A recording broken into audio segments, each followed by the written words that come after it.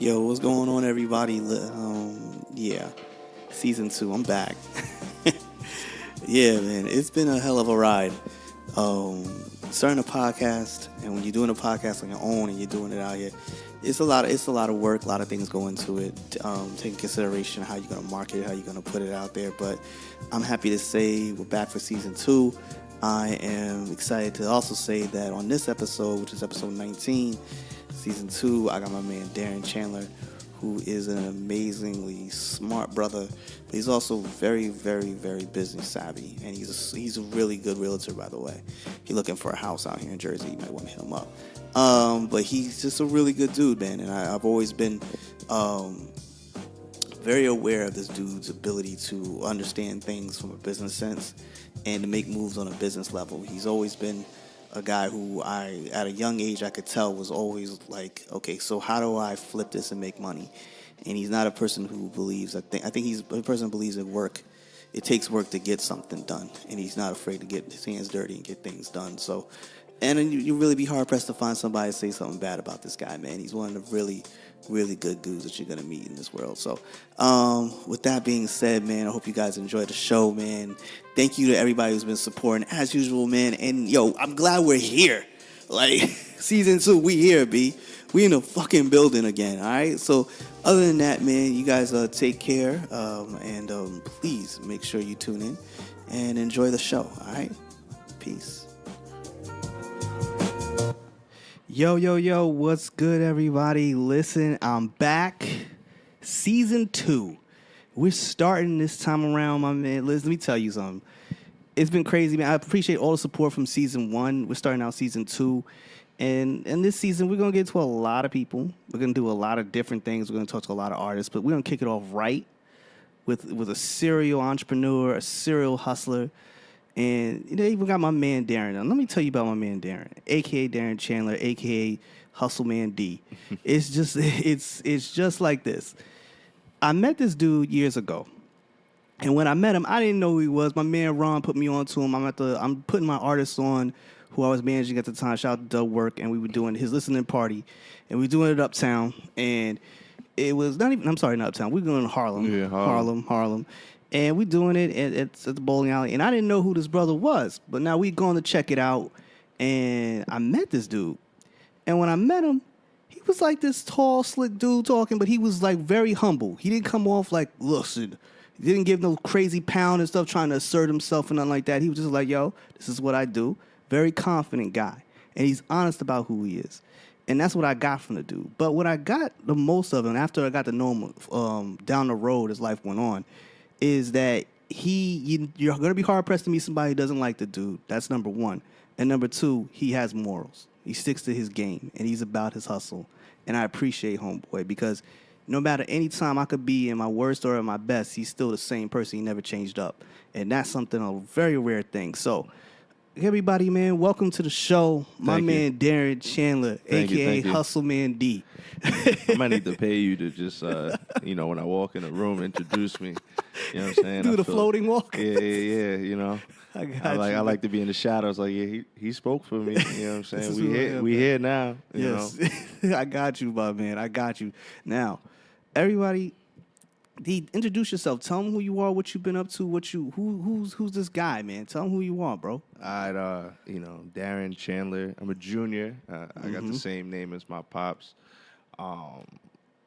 Family from the Bronx. Yes. I moved to Jersey when I was like 3. Grew up in Hackensack, which most people don't know. I didn't even know that until this podcast. To keep it true with you. Yeah. Most people always assumed I was from Teaneck. Yes, we did. I don't know. I had the Teaneck polish when I was in Hackensack. You know what I'm saying? Everyone from Bergen County know the Teaneck, Inglewood, Hackensack Tri-Town issues. Yeah. So, I was from Hackensack. I grew up, you know what I mean? Went to the public school system. Mm-hmm. Got a lot of friends from there. I split a lot of time in the city. And then, really, when I went to high school, I went to Catholic school. And I want my man G. G pretty much like, you know what I mean? The union between me and him, we always was, competitors. And right. It really came down to always doing business. You know what I mean? So that friendship right there helped me, Shout out to Gino. Craft me into always being a perpetual hustler. Besides my family, the elephant in the room is, when I was growing up, my uncle pretty much started Rockefeller Records. Yeah. Let's keep it. We didn't want to. I told him when we first started, I was like, "Listen, this is about you, but we can't like gloss that over." That his uncle. Tell him what your uncle is, bro. My uncle's Damon Dash. Well, he's officially, he's my older cousin. But the respecting, the moral thing is, he's my uncle. Basically. He started Rockefeller Records. But outside of that, my idol is my pops, my namesake. He had his own company. Right, you know what I'm saying? right. My parents had me when I was young. They was like 22. You know what I'm saying? So my father, he never had a job. You know what I mean? Your dad was hustle man from the jump. Yeah, from the jump street. Yeah. He told me when I was 16 years old, I moved out my crib. I paid for my whole rent the whole year up front in cash. Wow. You know what I'm saying? At 16, he the youngest brothers. So when I was growing up, my dad, well, to this day, my dad is still the coolest person ever because it's just like, he's never worked for nobody. Like, well, he did for a little bit, but he still was like on his own time. Like, I used to have to wake up and go to school before my dad woke up. Wow. You know what I'm saying? That's a rarity, man. Yeah, so Cass is like, yo, career day. My dad is asleep right now. I want to be him. You a fireman? I don't know. You got to wake up at 6 o'clock in the morning. My dad sleep to 12. He go to his office at 12. Yeah. You know what I'm saying? And so the entrepreneur stuff was like ingrained in you very early then? Yeah. I was in business school at 5. Jesus. At 5 years old. You know what I'm saying? Right. If I couldn't get an idea, or to this day, if I can't get an idea past my pops, then the idea is not solid enough. Got you. You know what I'm saying? He's the worst critic. He created himself to be my biggest enemy, but now he's not my biggest enemy. He's my best friend in the whole world. Right. But he wanted to be the biggest obstacle so that it could prepare me to overcome any obstacle life threw at me. Because life was going to throw a lot of no's. Oh, yeah. It should, a lot of like, get the fuck out of here, bro. Everything, besides the, continuing on my family in the music industry, my father built his own company before even working with Rockefeller. Right. So he, Dame's his little cousin. My father at the time he had his own entertainment company. So, when a record would come out before all the internet, they would have to have cats that go to the college radios and pump the records. Yeah. So my dad had all those connections. So he was able to pump the records. He was able to get them spins. Right. And so that's how he made a relationship. He built, he still got, matter of fact, I got a call yesterday because someone thought I was my pops. And it was royalties for a Bobby Brown song. So my dad is long red. Yeah, my dad is getting a quiet check from the Bobby Brown stuff. Did your pops and your mom? Now they had you young. Yeah. That understanding of your pops and your moms being both in your life. How was that balance growing up? Having your pops be an entrepreneur and your mom did your mom work or was your mom? No, my mom always worked. My mom to this day she worked. She worked. So it was like my dad is the pirate and my mom is like the 9 to 5. I got you. So my mom actually, on the flip side, my mom worked in the entertainment world as well. She worked in television. All right. Oh, excuse me. It's the ginger beer kicking in. Yeah, it's feeling good right there. I'm taking a sip. Yo, the ginger beer is popping. My mom worked for UPN9 for a long time. Wow. So she was a producer. And then when the 2000s hit, she worked for the Sally Jesse Raphael show. And then she worked with John Walsh. That's the cat that did America's Most Wanted for all of that time. Right. And then she was an agent for actors for a little bit. So she's your mom's done it all. She's done it all cool too. So you had it from both ends going on. Yeah, my mom she's tough too, man. Like she's super tough, but she stay on her hustle like every day. Right. Yeah, it's a perfect union between them. I'm blessed to have both my parents are still married. That's popping. You know what I'm saying? I'm the only child, which is it's an unfortunate thing. You know what I'm saying? It is unfortunate. Did you ever have those only child moments where you're just like everybody's like, "Yo, stop being so selfish. Go sit down." Oh, absolutely. You know what I'm saying? My closest friends are my brothers. Right. And it sucked. Like you just never know. Like yo, D, you just got up and went to the store and didn't tell nobody. Like, oh, my fault. They all staring at you like, yo, don't give that nigga no food. You know what I'm saying? Put that nigga over D, there. you cheap. You don't want to pay for me to get water? Nah. You know what I'm saying? I got better. I'm better now. Trust me, I'm a much more giving person. You know what I'm saying? But the only child syndrome, that shit real. Yeah, it is. It is. I grew up with a bunch of them, so I understand that it. shit real. It's crazy. I got a child now, and I'm having another child because I don't want her to be an only child. You know and I want a boy, too. So. As you got a daughter. Yeah. Daughters are never easy for fathers, bro. Nah, I think she's going to be great. She's great. Okay, Yeah, good. My man's praying every night on his knees like, please, Lord. Nah. Make sure this is great. She tells me in my face, I'm like, oh, my God. I think she's been here before. She's kind of crazy.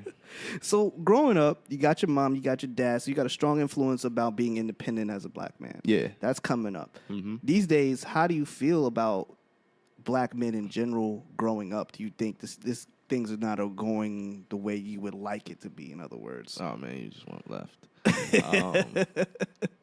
Because, I mean, the reason why I'm asking this is because you have a lot of strong male influences in your life. Definitely. You've always had that. And I want to stay on track, but I want to ask you, before we go any further, how do you feel about the black male right now? Because you've had that kind of influence in your life, how do you see things happening now? And you're a dad, not of a son, but you're a dad still. Well, I'll tell you a little bit about me. Like, a real thing about me is that I want to be a better person every single day. Right. You know what I'm saying? So for me, it's like you said, morals are important. Yeah. I think civility, like respect, like those old foundations are lost. Right. Oh, yeah. You Very know, lost. I think they're lost. Very lost. But for me, you know, I try to better myself. And then also on the flip side is that in order for me to better myself, I try not to judge people. Got you. Everyone judges people, but Yeah.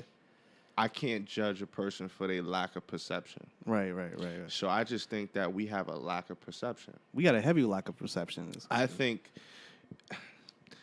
and it's so funny that, you know, my family is so, like, you know, they did their thing in the hip hop. I think hip hop had a double-edged sword. I think it helped us gain power in a specific sense, in an economic way. Right. But I also feel like it slowly deteriorated our culture. Yeah. I think kids wanted to be more. I think kids stopped wanting to be athletes for a lot of parts. I think they wanted to be rappers more than. Well, it's easier athletes. to be a rapper than to be an athlete. That's true. I wanted to be, like I said, Michael Jordan. Yeah, I'm not yeah, Michael yeah. Jordan. But in this day and age now with the internet, you could pick up, you know what I'm saying, a laptop and a mic Yeah. and go on SoundCloud and push something out that might not necessarily be, you know, something that's beautiful to the craft, but 5,000 kids out there love it. So That's now true. you got a crowd. Yeah. You know what I'm saying? Yeah. So, but back on topic, I just think that, you know, we lack a specific amount of perception, or we put value in things where I don't think is valuable. No. I think a lot of kids these days, like the males especially, like when I started to see that getting a belt, this might sound really not that important, but it is important.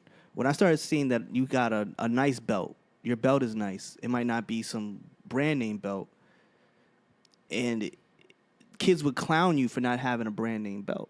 You would have like a nice belt, but that you needed to have a Louis Vuitton belt for somebody to fuck with you. Well, it's like, I don't know if you watch Atlanta. Yeah, I watched Atlanta. So, you know the episode with the FUBU episode. Yeah. And it touched base on that. It's like how, but see, that's how it just shows how fucked up, like, black folk psyche fucked up. Yes, it because is. we just been abused for years. Right. So then you got to look at it like this. So black people are just angry because they don't know nothing. Mm-hmm.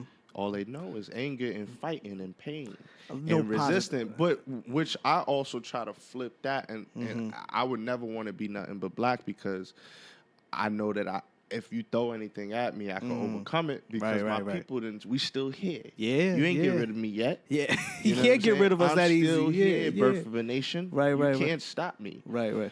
But I forgot what I was about to go. But what I was about to say was, Take your time, brother. It's a podcast. yeah, I forgot where I was going. But put it this way. Our perception is messed up, like you Yeah. were saying, because a perception of a kid could have a nice belt on, but if it's not this or that, they're made fun of. Oh yeah, so that's where I was going at. Yeah. So the FUBU episode in Atlanta, it basically recounted how young black men or young, black individuals, man or female, we put so much value in the materialistic things. Right. Because we don't know what the value. So that's why I said we lost. You go to the Puerto Rican or the Dominican or the Mexican or the European, the Irish, they have a history they can go back and touch that they put values into. Right. Black people, as I'm saying, I don't use the term African American because a lot of us ain't African, or we are African, but through Grenada or something else. You know what I'm saying? Indian. A lot of us are West Indian, and we could be, we're born Jamaicans like myself. My pops is Jamaican. My mother was Black American, straight African roots and French roots, and I connect with both. But at the end of the day, when someone asks me, I'm like, listen, I grew up with a black family. I'm black. Yeah. At the end of the day, I might be. You can call me African American. Those are my descendants. I get it. But at the end of the day, I'm a black American. That's what I am. I think I'm one of the most unique things on this planet. I think the black American is like the world's test experiment. Nah, I swear to God. Test experiment. How so? I mean, it just we like the most fucked up race ever. I'm specifically talking about black Americans because we have no history to grasp to. So you're Our saying history is slavery. African American, black Americans African Americans who descend strictly from a slave ancestry that didn't have a direct connection to Africa. Like, all right, so my man Amari, my best friend, he Trinidadian. He black, but his family Trinidad. Yeah. So he can go to Trinidad and go into that culture and that history and touch it. Yeah. I can't do that. I see what you're saying. You know what I'm saying? I see what you're saying. Even though my great-grandfather's he's from Barbados, but it's still so far removed. Now think about the cats, that family been descended from a slave that been living here since 1865. I know what you're saying. Where's the connection at? We don't have those kind of connections. We're lost on that. So that's why I think that also, which a lot of these talking heads on CNN and stuff like that, they don't really like.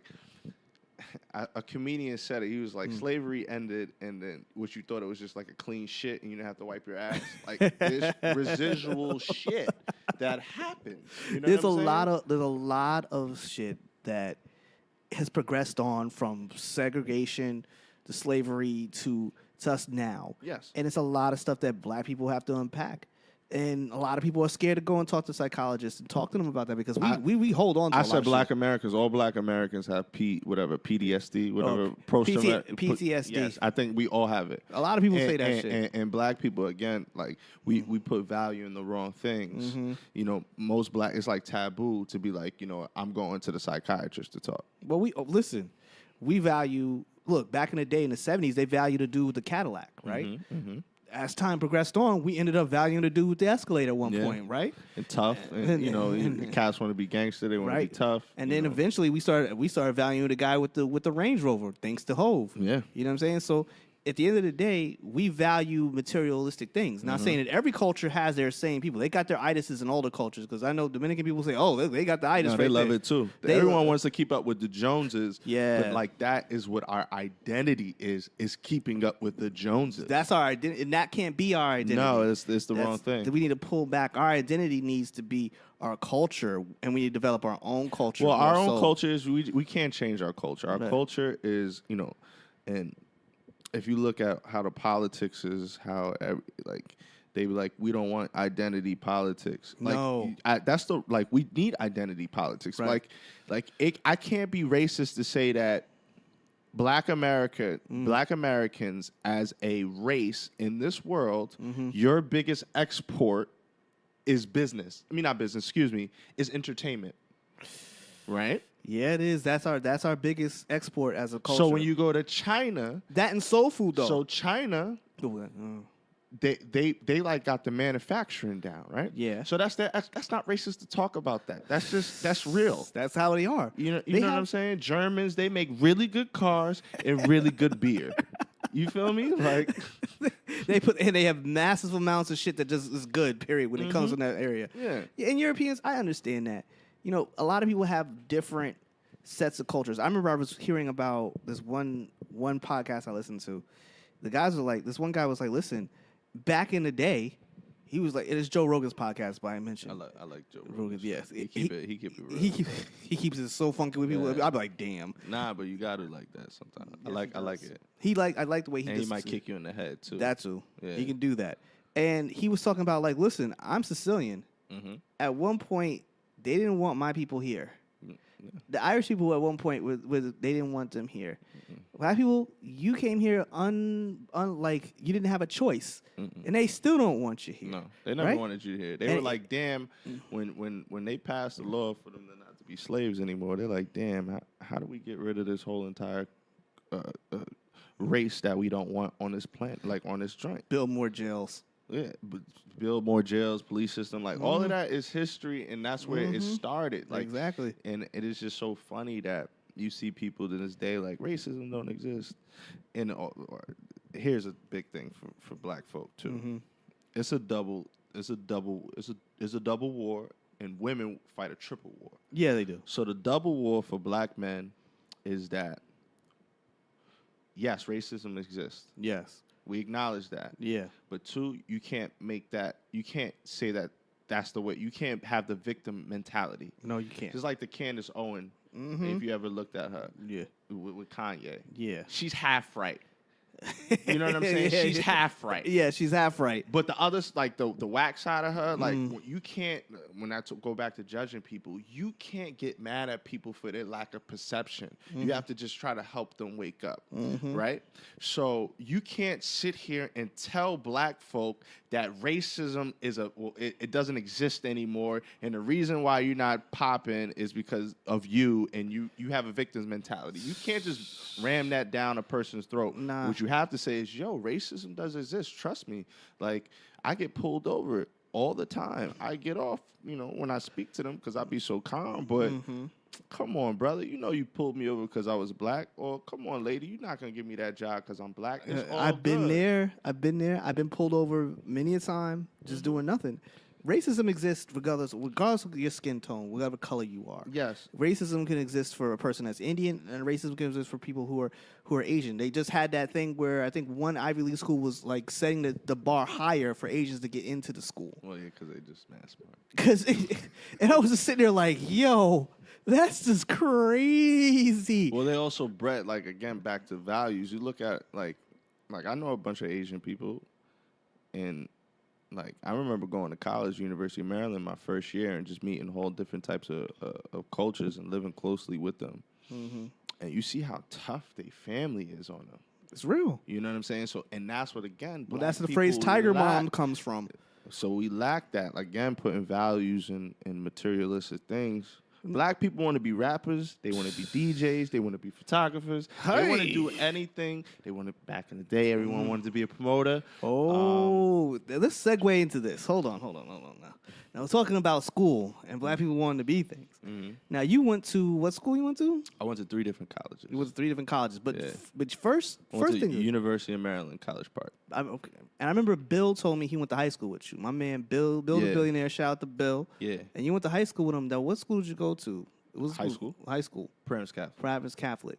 Was that your first entertainment into the world of foray into a different kind of world for you, or was that because I know you were living in Hackensack. Yeah, I went to public school. Went to public school, okay, but you went to this school. Yeah, How was that different for you? Because that was the first time you really interacted with a different culture. Am I correct? Like that? Well, a little. I would say when I was in Hackensack is diverse. Right. But it's still like it's a different kind of 60-40. Yeah. You know it's what I'm a different saying? kind And of I would say diverse. it's like 60 minority, 40 white. Yeah. You T-Neck know. was like that for a little while. Now T-Neck is changed. So Yeah. back, like I said, when I came to Jersey, I went to Fairmount in Hackensack.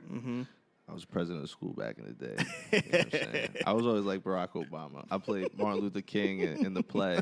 I was in a glee club. I played ball. He was all like, that. people like me. People like me. Okay? Nah, it was just, I had the gift of the gab. I was like, I could talk myself out of a paper bag. This is true. You know what I'm saying? The boy can't. He definitely he can sell water to a whale yeah, if he need be. If I got enough stats on it, you buying it. Yes, sir. You know what I'm saying? Then I went to the middle school. Then I went to Premise Catholic. Premise Catholic, it was definitely a shell shock. I didn't like it the first 2 years. You know what I'm saying? I didn't like it. You played ball too, didn't you? I played ball my freshman year, and I Yeah. played ball my junior year. Okay. My grandfather passed away at the end of my freshman year, so sophomore year I was kind of like You were dealing with a lot of angst. yeah, I was like, yo, I'm gonna be with my family a lot. You know what I'm saying? Back when we first started, I said I used to split my time between Jersey and New York. Yeah. I was in New York, ultra heavy. Every weekend. That's why a lot of people didn't know me until the parties. Right. Because I really was out in the Bronx, like every winter, every weekend. With your cousins and everything else. Yeah, and I was coming back, and Cass was like, yo, we live in the projects in Hackensack. I was like, no, you don't. Wow. You ever been to the Bronx in the real projects? I'll show you. I'll take you. Y'all got AC. We don't got AC here. They don't got AC. No, they Matter got of the fact, window. they don't even got a bed.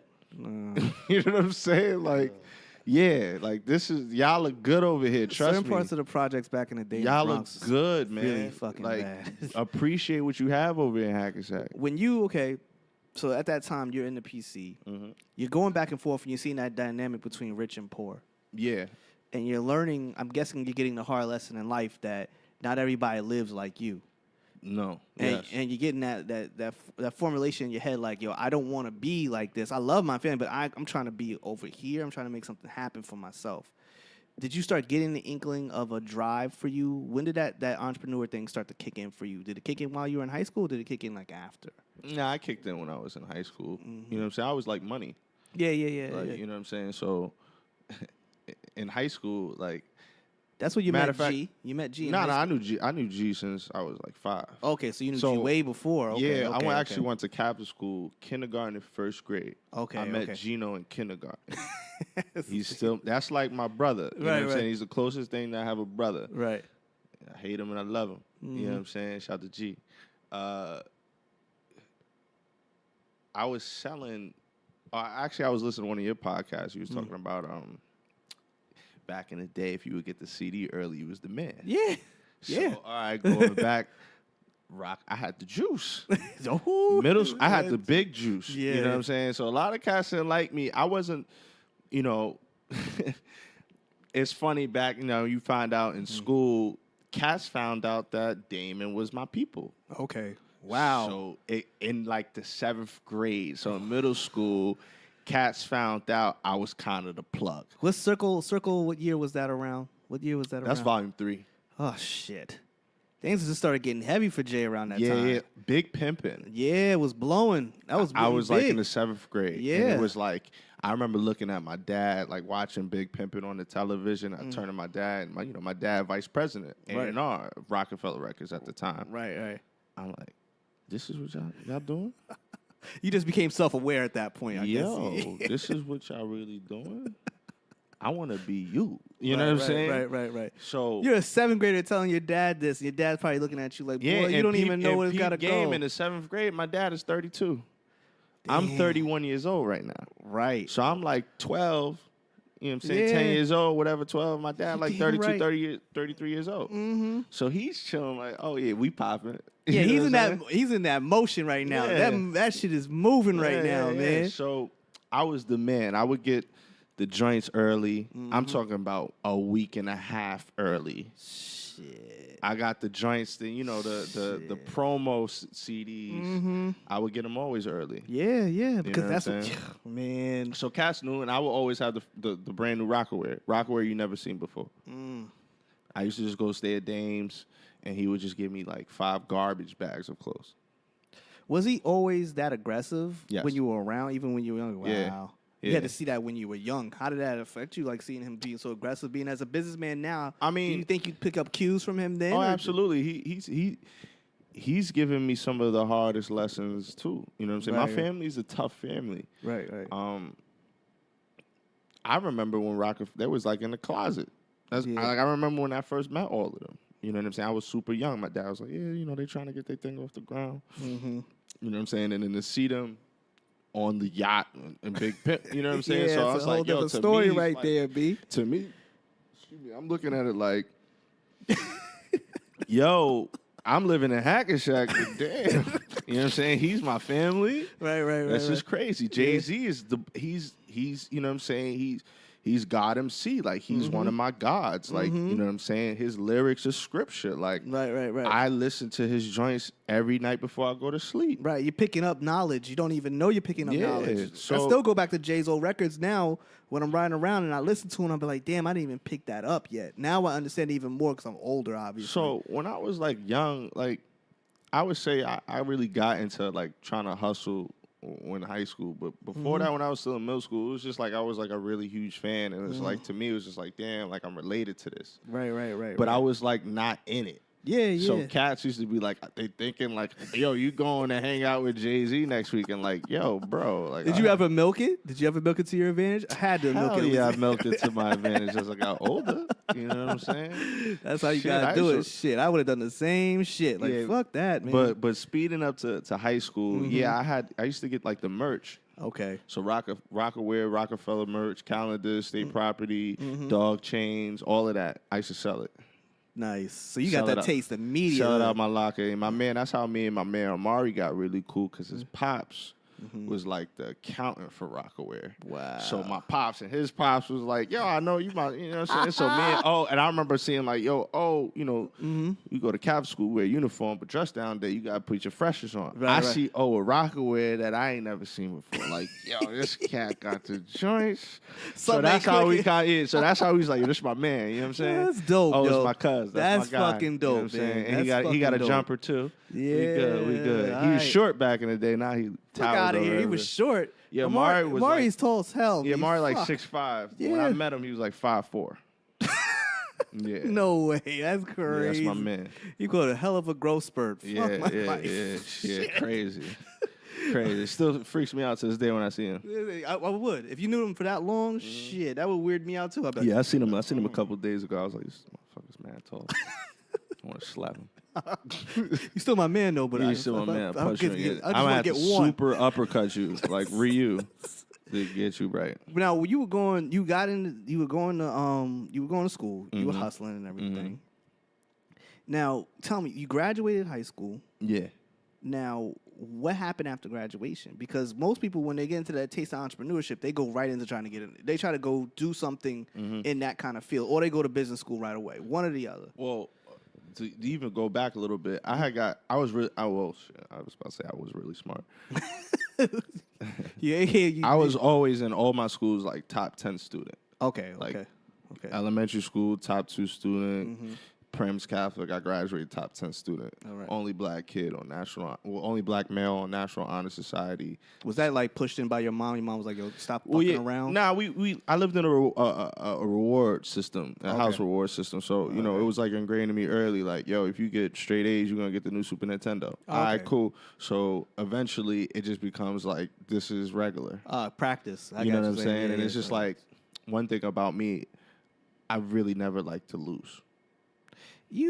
Okay. So I've been wanting to say that, but I always peeped. You have like a subtle, ultra competitive side to you, B. Yeah. But I never really wanted to say it to you because some people get offended when you try to like critique them. People don't like that shit. People think they're high above getting critiqued, but the reality of it is you are what you are in this world, and everyone's either going to see you or not see you. Yeah. So that is you, though. Yeah. I don't really just like to lose in anything. If you was like, yo, let's go outside and...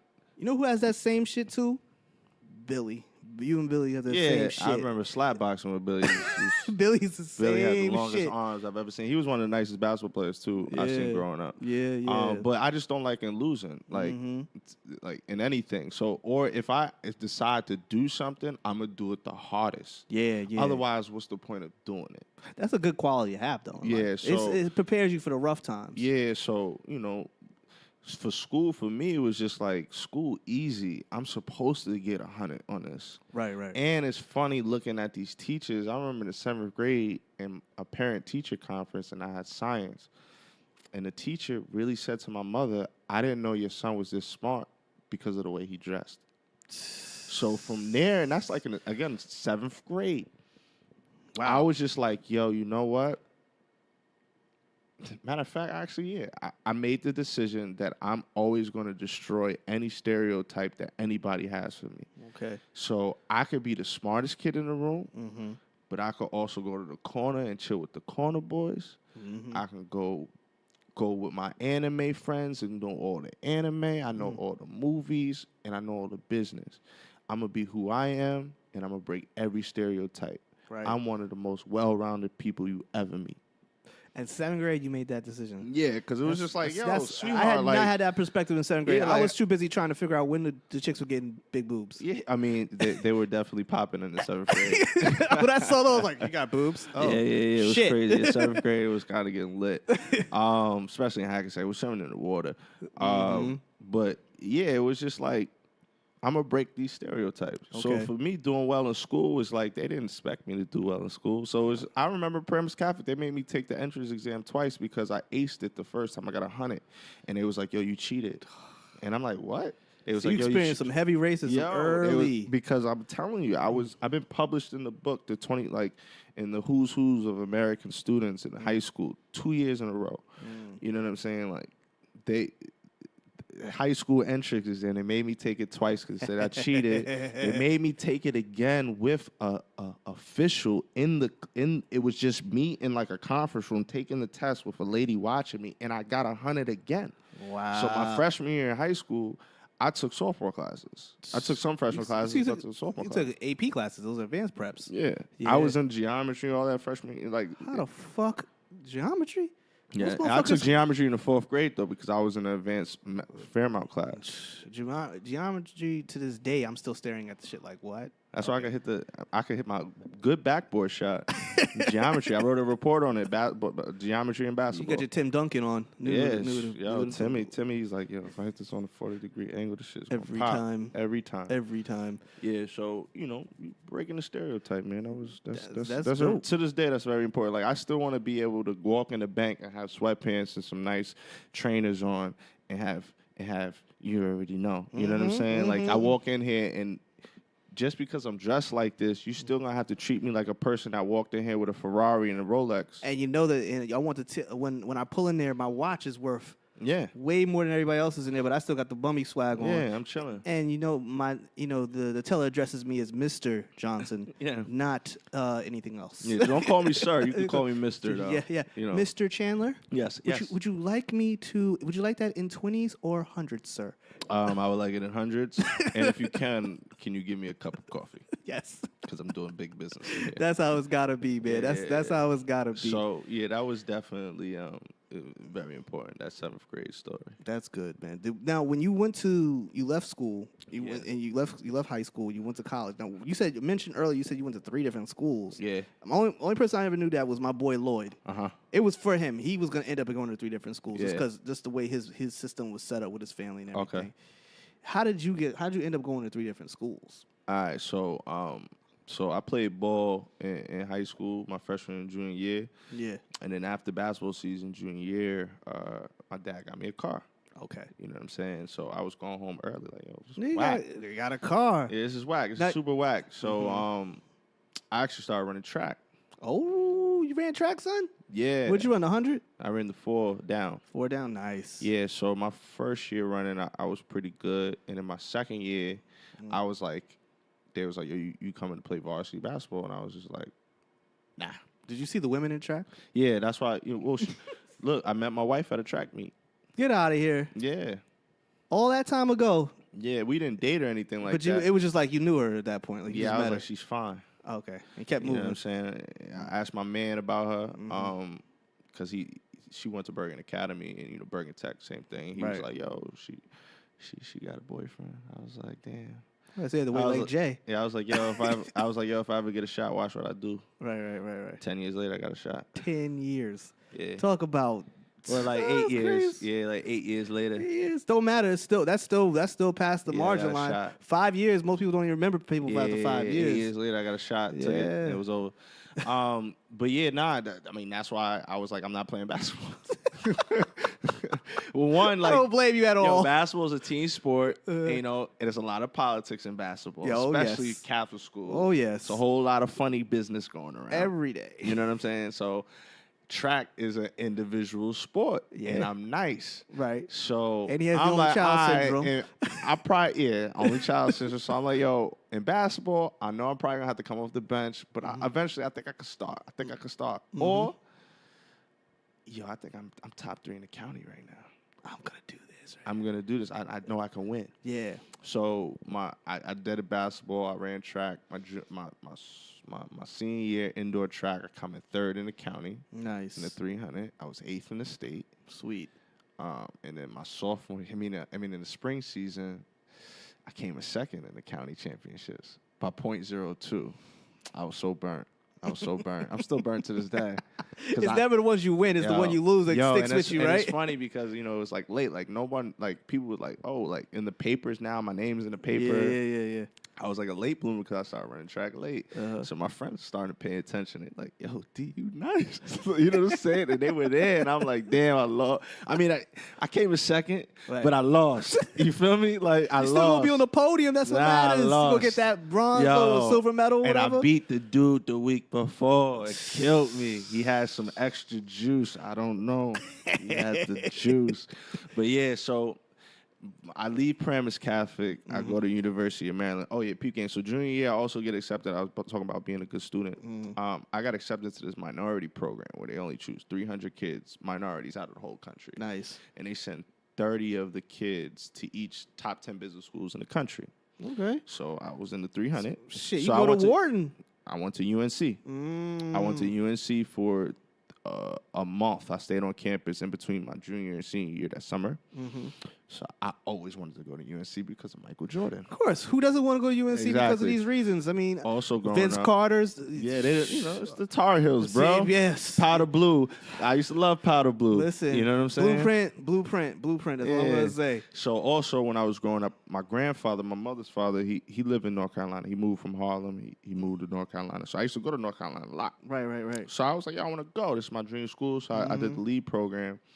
That was the school program. It was super dope. And then, I'm getting all these letters to go to school my senior year. I was thinking about UPenn. Okay. I got accepted to Cornell. Nice. These are heavy schools, bro. Yeah. I didn't get accepted to UPenn. I got accepted to Pennsylvania University, though. Boston University. I got good schools. When I went to Maryland, it was just something about it. It's the women. It wasn't even the women. The campus was just beautiful. Yeah, it is. It is. Like it was just my cousin just graduated from. It's like the mall. They call it like it's like all the grass and it's like this buildings like in the middle. I think it was the library, and I remember standing in the middle of it, and I was just like, "Yo, I'm coming here." It looked like college to you. Yeah, I was like instantly like it's over for UNC. Some people, UNC gave me my accepted letter like, yo, you went to the program, we're gonna accept you. Like, yeah, you're good. You got staying in our school. You could go over there and paint your face and go watch the ball games. I'm not going. I'm going to Maryland. Who was there in Maryland playing ball at that time? Strawberry. Okay. Who actually he played with my cousin, so I spoke to him. We were cool. And the funny thing actually was also I already had accepted the goal, like I'm going. Right. So now I'm still running track in Paramus Catholic. Okay. So I'm from Hackensack, so I'm cool with everyone from Hackensack. One of my best friends to this day from Hackensack, Danny Oquendo, one of the best football players I've ever seen. He should have made it to the league. He's also one of the best track runners in the country. I'm talking about he ranked number 2 in the country in hurdles. Shit. He's like, yo, we chopping it up. He's like, yo. I'm like, yo, you picked the school you going to? He's like, yeah, I just accepted a full scholarship to University of Maryland. Oh, nice. Yeah. I'm like, yo, I'm going to Maryland. I'm going to try to walk on the track team. Right. So I get to Maryland. Maryland is ultra dope. And we can use this to go into a segue of something else. I started throwing parties in Maryland. Oh, shit, man. Yeah. So I started. Well, first I was, I tried out for the track team. Right. I made it basically, and then the reason why I started running track was one of my really good friends, Ryan Madrid, white boy, crazy white boy, played basketball freshman year. He was like, yo, you always gotta have one in the stash. He was like, yo, you mad fast, Darrin, why don't you run track? He was the reason why I started running track. We still talking. He was nice in track too. Right. He's in Monmouth, my second college, and he's like, yo, I showed some film to the coaches. Right. They wanted to recruit you. They want to pay you to come leave Maryland and run. So I'm like, wow. So the coach from Maryland is like, you know what? Which I thought was still foul. Right. Was he the way he phrased it, like, yo, since you getting solicited, Yeah. you ain't gonna be on the team. Just take the money, go leave next year. Ooh. I was like, I didn't want to leave. I really wanted to run for Maryland because I know, like, again, about the no-lose situation, Right. like the challenge of Yeah. these cats got paid to come here. Uh-huh. I know I could beat them. And on top of that, you're already getting ingrained into the system of Maryland at this point. I could beat these cats. Right, I know I could. If I work hard enough, I could get in that ass. Mm-hmm. And then he kind of took that opportunity away from me to challenge myself. Mm-hmm. But I was like, all right, cool. I'm going to just go to Monmouth next year. Right. And they're going to pay me, you know what I'm saying? They're going to give me a scholarship. So at like maybe like about December time, I realized like this was a 1 year lease, like basketball. Like, all right, I'm only going to be in Maryland for 1 year. Yeah. You know what I'm saying? So at that time, Pops, Rockefeller's going crazy. You know what I'm saying? You know, this is Kanye just drops Late Registration. Oh, boy. You know what I'm saying? I knew about Kanye before everybody because of my pops. Right. You know what I'm saying? I met him in Atlanta when I was 15, and he changed my life. He made me really, really, you know, was like I could be who I want to be. You know what I'm saying? I don't gotta be that. I don't gotta be DMX. Listen, man, when Ye came out with his first album, that changed album my saved life. my life. You know what So I'm that saying? changed It my life. changed my life. You know what I'm saying? You gotta tell people that now, and they just like, what does that mean? I'm like, Nah, you just it don't changed. get it.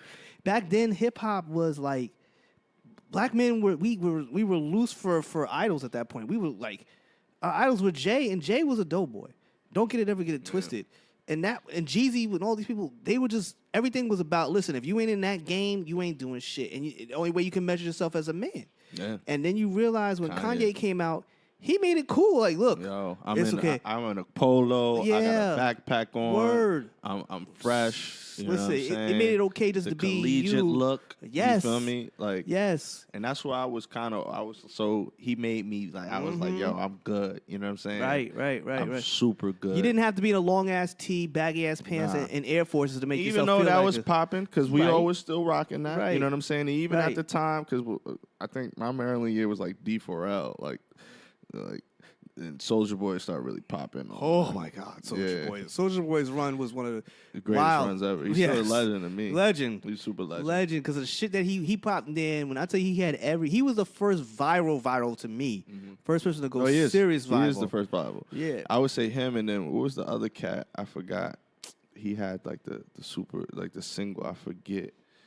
It was like not Mano, but it was like another light skinned round head rapper. I can't think. I know you talk about. Maybe not Ice. Was not that kid? I can't think of his name. Berg. Nah, it wasn't Young Berg. Berg. I'm Even thinking that's of Billy J, man. That's true. That is his man, right? Yeah, that was his man. I forgot that's his man.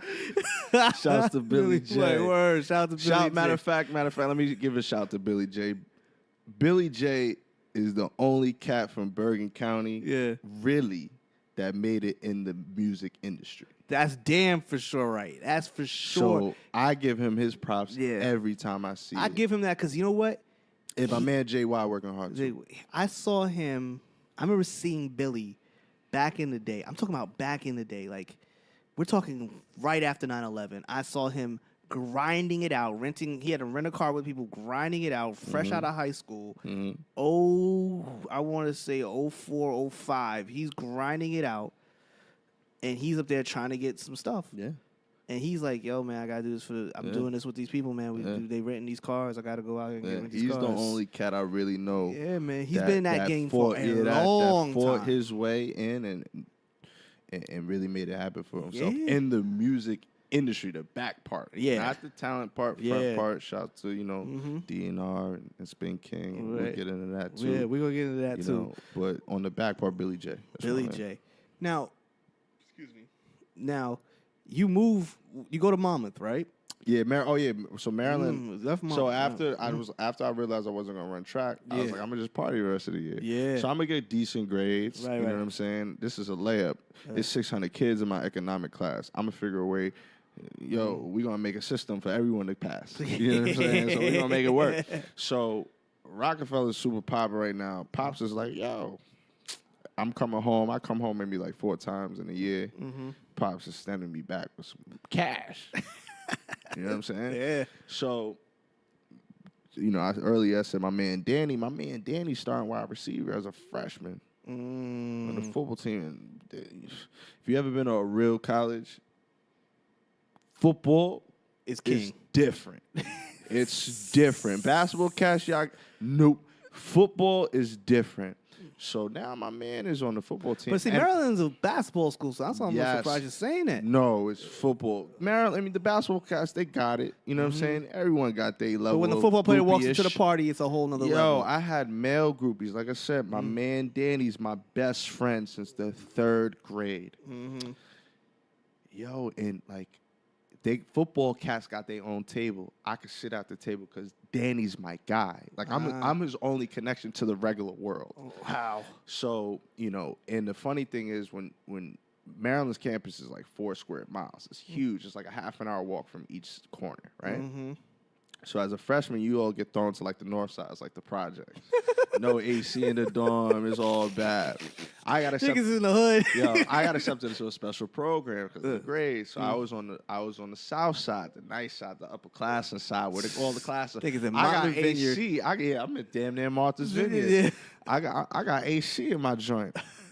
All the football players, all the sports are also on the south side. So I was mad close to Danny Dom. So, you know, I would go over there. He with the quarterback and all of them. He's staying with them. So they see me all the time. So now they see me in the lunchroom. Yo, D, what's up? Da, da, da. Right. So I posed the idea like, yo, why don't we start throwing parties in your joint? He's like, all right, cool. I'm like, yo, but I'm going to give you, because, you know, you got the upperclassmen, you live with them. I'm going to help them pay for their beer.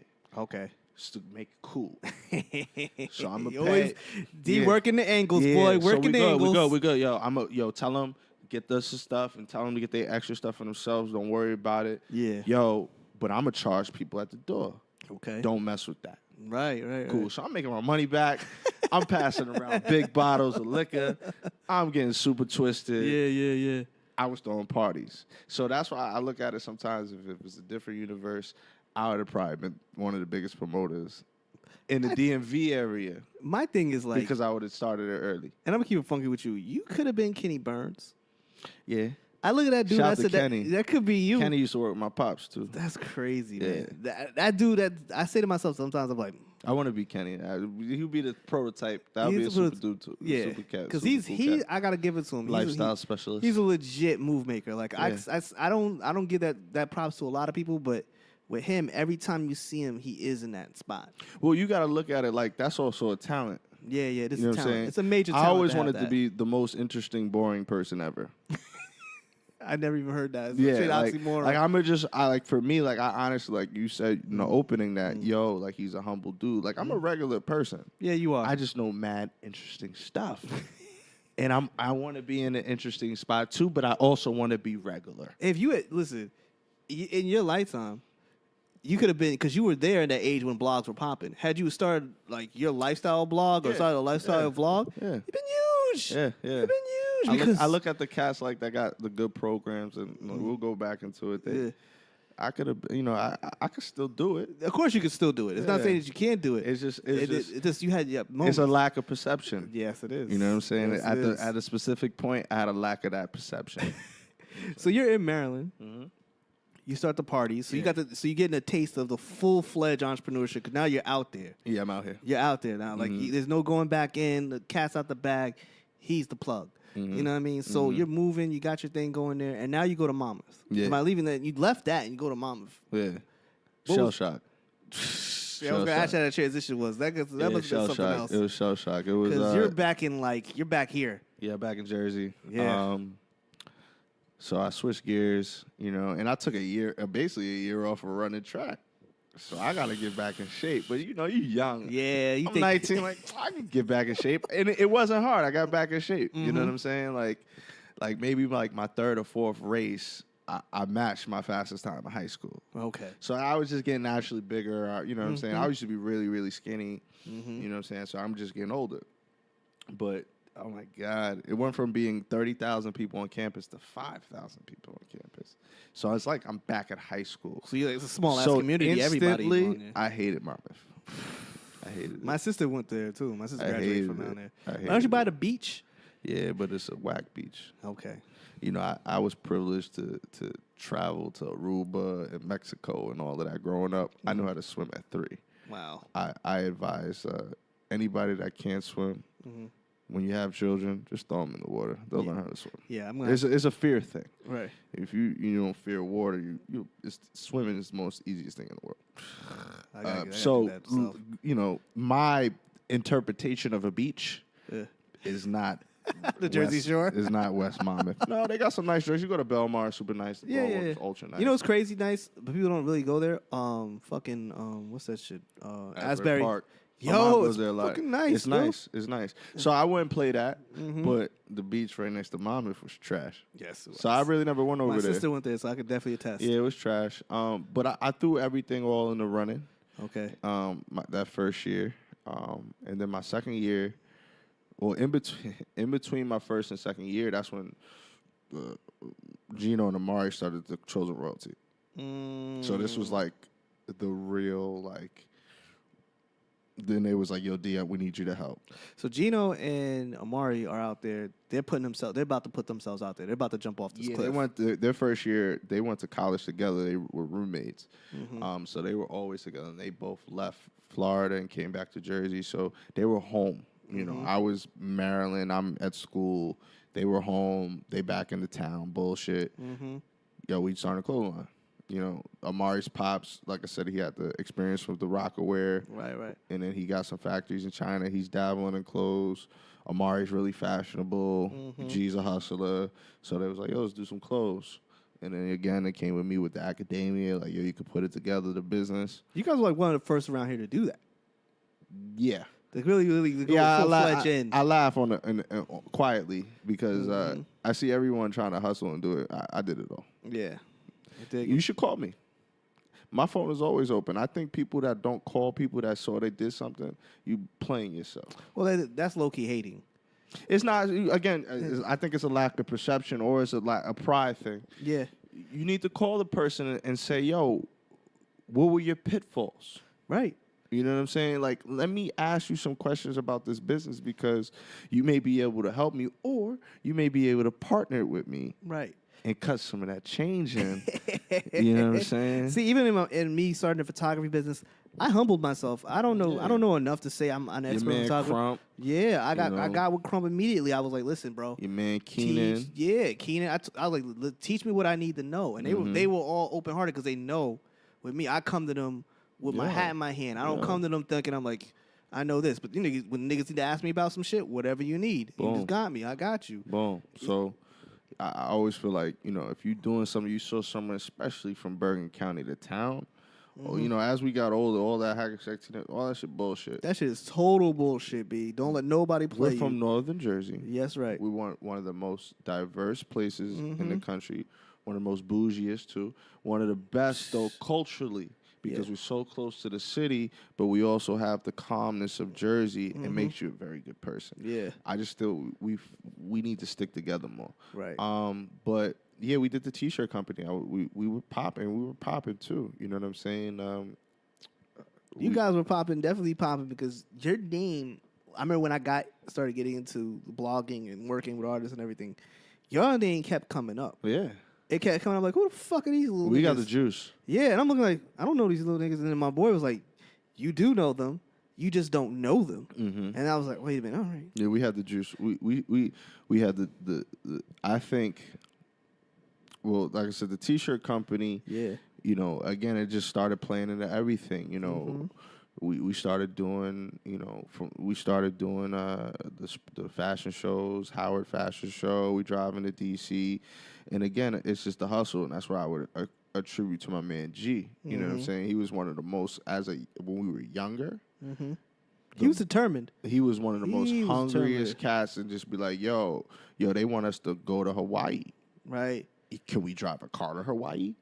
It's like, yo, G, you bugging. Like, you can't do that. But he was always just trying to go for it. So he was like the battery in our back when we were young. You know what I'm saying? So we were going far, like places we weren't supposed to be in. And that's how, before we jumped on, when I was 21, when I turned 21, I'm in Vegas. Yeah, you told me that. Definitely told me that. I'm in Vegas because the Magic Convention, one of the biggest fashion conventions, is in Vegas twice a year. It's in February, and I think in August is like the end of the summer.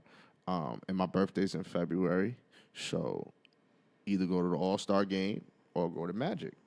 We got a T-shirt company. We're going to Magic. Right. I'm Makes turning sense. 21 in the club.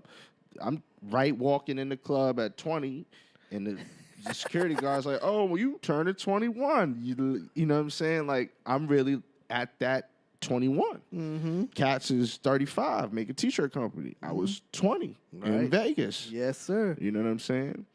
And after that, you know, we made a couple runs. And again, you young, you know what I'm saying? Yeah. And it was just like the back end business was sucked. You know what I'm saying? Like, which most people do business is to be cool. Like, we really was doing it to be cool. So being smart and having connects, we roll that in the parties. Right. Me and G, again, that's my guy. Our birthdays are a month apart. We always wanted to do a big birthday bash. Yeah.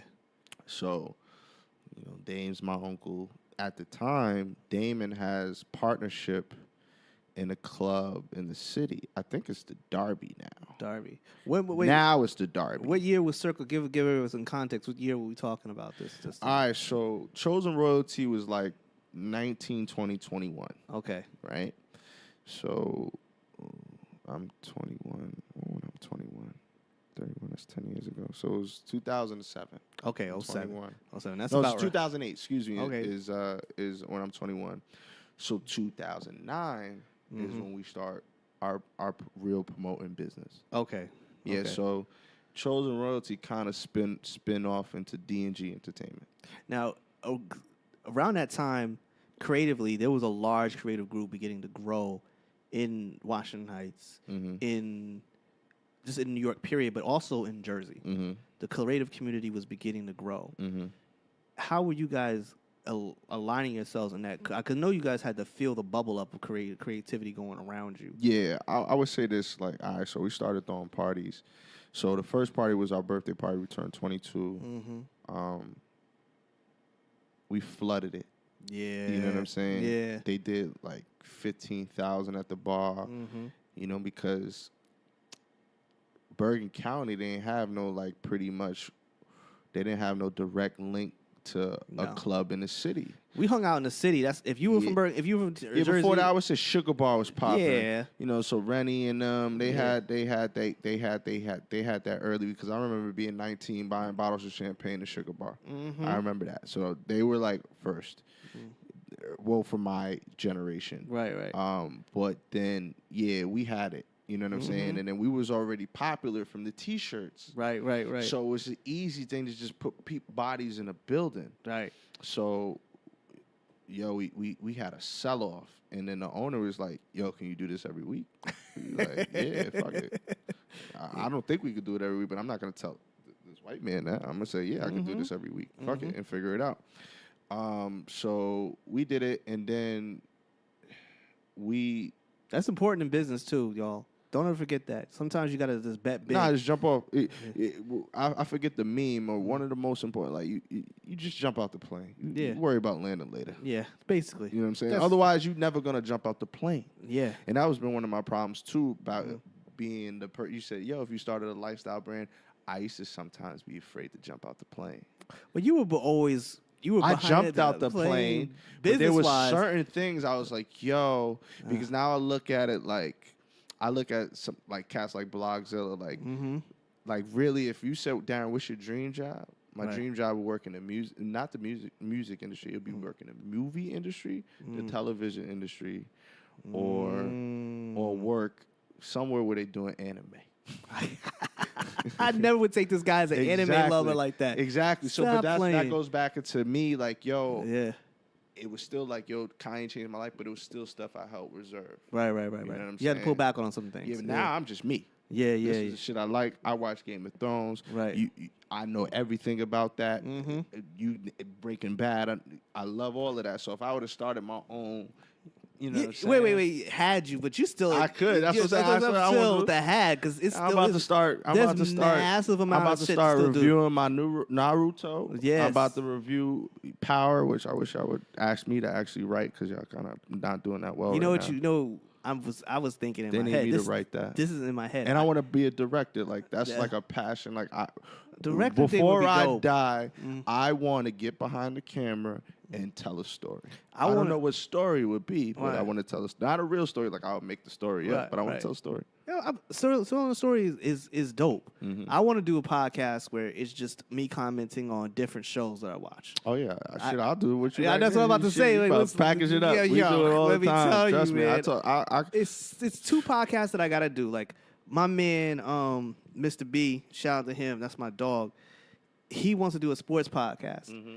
And I'm like, I just got to find a time to do it because I do all this editing myself. Mm-hmm. And it's hard when you do everything yourself and you don't have the money to outsource everybody because, like, look, the reason why I'm doing it myself and I learned how to do it myself is because I got to become self-contained. Mm-hmm, mm-hmm. You know what I mean? That's cost effective for me. Yeah. But doing my goal in 2019, in the beginning of 2019, is to start a second podcast. I agree. I would want to do. I definitely would want to do something where I just shoot the shit. Yeah, man. You know what I'm saying? Yeah. And just talk about a lot of things. Yeah, that's my theory because I see what a lot of people like once they get ingrained in it. It's if that podcast bug gets in you, you're like, yo, I just want to do another one. Word. I want to do another one. I got a lot of gems. Yeah, I know you, know do. what I'm saying? We're gonna talk about this. We got a whole lot to talk about with that. Gems, but so we back at the parties though. The parties. Yeah. So yeah, the guy says do it every week. You know what I'm saying? We doing it. Then remember I was talking about pull it forward. Like who you know that's doing this, Right. that you can either partner with or talk to or use as a resource. Mm-hmm. And that's where Star came in. Okay. So early on, it was just me, G, and then Star. And Star had his thing with his older brother, and we started really doing parties. And then we moved on from that club in the city, and then we started throwing parties in Patterson at Aiden's Lounge. Okay. Patterson was a little quieter back then, though. Yeah, but again, you know me, my family from the hood, so you know we do the sell off in Patterson, and then you know we in the hood, we in the hood. Yeah, you know what I'm saying? We in the Patterson again. We from Bergen County. You step over to Patterson, it's just like the Hackensack Teaneck little issue, whatever. This is worse. This is 10 times yeah, worse. This is worse. Patterson cats is like, what you coming into my town? You making money? Yeah. So for me, you know, being smart, I'm like, I see cats is kind of looking at us sideways. Who can I put in the game? Who can I put in the game from Patterson Right. to show that I'm showing love to Patterson? Right. The stuff you hear in the background because it's raining, y'all. Yeah. It's going to hit this thing. Is, you know, who can I get from Patterson to show love to Patterson? So, you know, I would basically have a voucher in Patterson. Right. And That's smart as fuck, man. yeah, that's what we Most met. people are not down. Most people don't got the hustle mind for that. But see, that's what, again, like, I love anime, but Yeah. I know the hood. I know the street. Like Yeah. I know the code you're supposed to follow. I'm Right. not gonna get caught getting my head busted because I'm not following the rules. Right. So we met our man Matt Gucci, and I actually gave him his nickname Gucci, which he still give me credit for that. Matt, he used to always just be out in the front talking a bunch of nonsense. And then, you know, and again, that's what he was like, yo, y'all rich from Bergen County. I'm like, yo, bro, every time I seen you, which has been 4 weeks in a row, you've had Gucci on. Matter of fact, your name is Gucci from here on out. Wow. And that's how his name stuck. You gave him his namesake Gave right him his name, you know what I'm saying? That's my guy. We put him on. Okay. You know what I'm saying? So y'all strong at that point. Yo, come get money with us, bro. Right. You know what I'm saying? When we go to the city, I want to bring you to the city. I'm going to come to Patterson. I'm going to pick you up, and I'm going to bring you to the city because I like you. We getting money in Patterson right now. We getting, like, Patterson, that Patterson money for that little span was probably the most profitable party ever. And you would never think that. You think was- anything you do in the You city think would be it's the some most. bougie bullshit in the Yeah. city? Nah, that hole in the wall in Patterson, 1,000 kids in there, and we bringing in Jada Kiss, we bringing in DJ Wala's, who I knew from the T-shirt circuit. You know what I'm saying? That's why I look at Wala. Yo, D was good. Yeah. All these cats that you know that have made it big. Right. That's why I always wanted to hold that. If I see you in the spot, Right. you never gonna act funny to me. You gonna be like, yo, D, what's good, yo? I ain't see you in a minute. Right. They're gonna show me, look, I always showed you love, and I broke bread with you. Right. We bringing all this talent to Patterson. We made good money out there. That's the time when Penn was with y'all too. Yeah. So Shout out to DJ Penn. that's my guy. Pinnacle. Yeah, I don't know if he's Dominican or Jamaican on the weekend. We don't know. Or either this when weekend. he cuts his hair or he got the curl. Yes. Yeah. Exactly. I saw him this weekend. I saw him last weekend. That's my man. We did the T-neck street fair together. Penn has an identity crisis. We don't know if he's Spanish. Yeah, he don't know. He don't know. Yeah, He he's don't know. like, I want a presidente. Get out of here, Penn. Get that juice out your Well, head, you bro. guys already heard him on the podcast. We've had he's a nut. Let's put it that way. Penn's my man. So Penn, I forgot how Penn like got involved, but we was just like, yo, every club we do, Yeah, Penn's our DJ. got you. So that's how it just came. Right. So all the joints we doing, we did. The club was called Plum, the first club in New York, and it was Aiden's Lounge. Mm-hmm. So he DJing all the joints. Then we do Promenade and Prime and all the clubs in the city we had. And it was us, and Penn was on it. Now you're moving around in this time. You're a young man. Mm-hmm. Now, young man moving in this world. Mm-hmm. You meet a lot of strange people. Yeah. You meet a lot of cool people. Yeah. Did you ever find yourself in circumstances where you're just like you're burning the candle at both ends, you're meeting all these people, but you're just like everything's going around in circles. I don't even know. Yeah, definitely. Well, see, I'm a hard worker, so when we was when I was really doing the parties, I had a full-time job and I was a full-time student. So I was back when I said I could sell anything. Right. I was phone man. I was T-Mobile. I was selling everybody the Blackberries before you come get the Blackberries the cheapest from your man D. I'm pumping it on Twitter before they doing all of that. Get the hook out of here, deadass. I'm using Twitter. Cash is like, D, I'm coming to get the BBM from you early. The God, I love the 8900, BBM. the 8900, all the joints without the R.I.P. scroll. BBMB. I had it all. I was Yeah. in T-Mobile, so I was the plug. Right. So that was my regular job, and I was making good money there too. Mm-hmm. Then I was going to school full time. So I remember like my schedule was like class at 8:00 in the morning, get out of school, go to work from 3 to like 9, take a nap, bounce from the house at like 12:30 midnight, 1:00, get to the club, stay to like 4 or 5 o'clock, get your little money, go to sleep for like 2.5 hours, go back to school 8:00, take a test. Damn. Yeah, I remember. You had to be a young man to do that shit. Yeah, I remember one of the craziest stories. We actually did a party for Mario. Mario lived in Teaneck for half a second, the singer. Yeah. And Gino had a really good relationship with Mario. Like that was like his friend. So we booked him a couple times. And I remember this one club. We was out to like 6 o'clock, and I had just started working T-Mobile. I was like, I was maybe like 3 weeks in, and I had maybe like 2 hours of sleep. I was so twisted at work, and they knew. They fucking with you at work. Yeah, the owner. I mean, not the owners. The managers. They weren't assholes about it. They knew I was wasted. Yo, I had to step out a couple times. I yacked it. Like, of course. Yeah, I was so twisted. Of course, you come in there smelling like straight wino life. Like I was so twisted. Ooh, nigga, go over there. Don't be next to the customers. Behind the register. I nigga. was so twisted. But yeah, that was my life for like, I would say like 22 to like maybe like 25. Wow. Yeah. Wow. Yeah, I stopped. You know what I'm saying? Like you said, burning the candle, whatever, on both sides. It got to me. But also, when I was like, you had to deal with a lot of personalities too, man. yeah, you did, but that's what it was also like,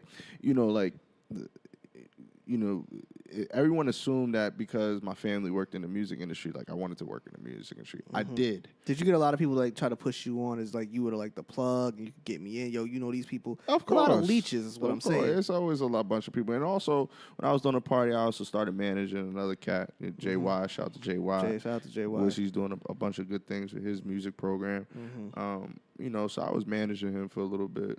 And, I actually heard one of the things you said, you can't manage a person when you're not in a good space, right? No, you can't. Yeah. So it was just like, yo, like I'm not making this much. I'm not making no money doing this, so like I'm gonna focus on something else. Yeah, that's my guy. Like we still talk to this day. He called my phone for any business advice, right? But I couldn't put that time into that. So I was like, not messing with the. I was so not messing with the music industry. You know what I'm saying? And these cats, it's like you just meet them. They're just so fake. It's all ended up. Funny business is funny business, bro. That's the business of the industry. The promoter thing, like the whole, like, and that's like again, that's like me. Like I told you, like, I want to be an interesting person, but I'm just a regular dude. Did you ever have the ghost want? I call it the ghost want to open your own space, For a club or something of that nature. Did you ever get? 'Cause a lot of promoters, that's their end goal. I don't know. And it's finite too. Like that's what I'm saying. Like when I was in the business, it was good money. Like I didn't see where it was going. Okay, It was more so like, yo, I'm young, I'm chilling. I dig it. It's And- not easy to do it. Not easy to do that. Hold on for one. Go second. ahead, brother. Man's texting. Yeah, Good. it's crazy. Business is business. What was you talking about? You're talking about, did you ever want to open your own space, and did you ever get yourself in that position? Nah, like I said, when I was doing the parties, we was making money, but it was just more so like, yo, I'm out. What my man used to say it all the time. What else are we gonna do? Yeah, We're gonna go to the club anyway. So Yeah. why don't we make money while we doing it? Right. That's because that's at that time. That's you all we did. If you got two choices, if you live out here You go out. and you work in New York, you end up in the after work party scene. Yeah. That's the scene. Yeah. That's where the women are. That's where the party. That's where Everything. everybody's at. If you out here and you going and you working out here, you're going to New York to go to the clubs. Absolutely. So you can have two choices. You could be the customer, or you could be the person. I never want to serving. be. I never want to be a customer. Right. I want to be the person that owns everything. Exactly. So in that business, that's how it goes. Colloquially, that's how it is. We naturally out here. You have a brief session between 21. I would even say between 18 and 25, maybe 26, where the club is your life. Like you work all week to go to the club Friday. Yeah, that was the life. That was so. I wasn't looking at it like, yo, I'm gonna get rich off of this or whatever. Like I said, I had a job, and you know what I'm saying. It was just, you know, I'm with my dudes every weekend.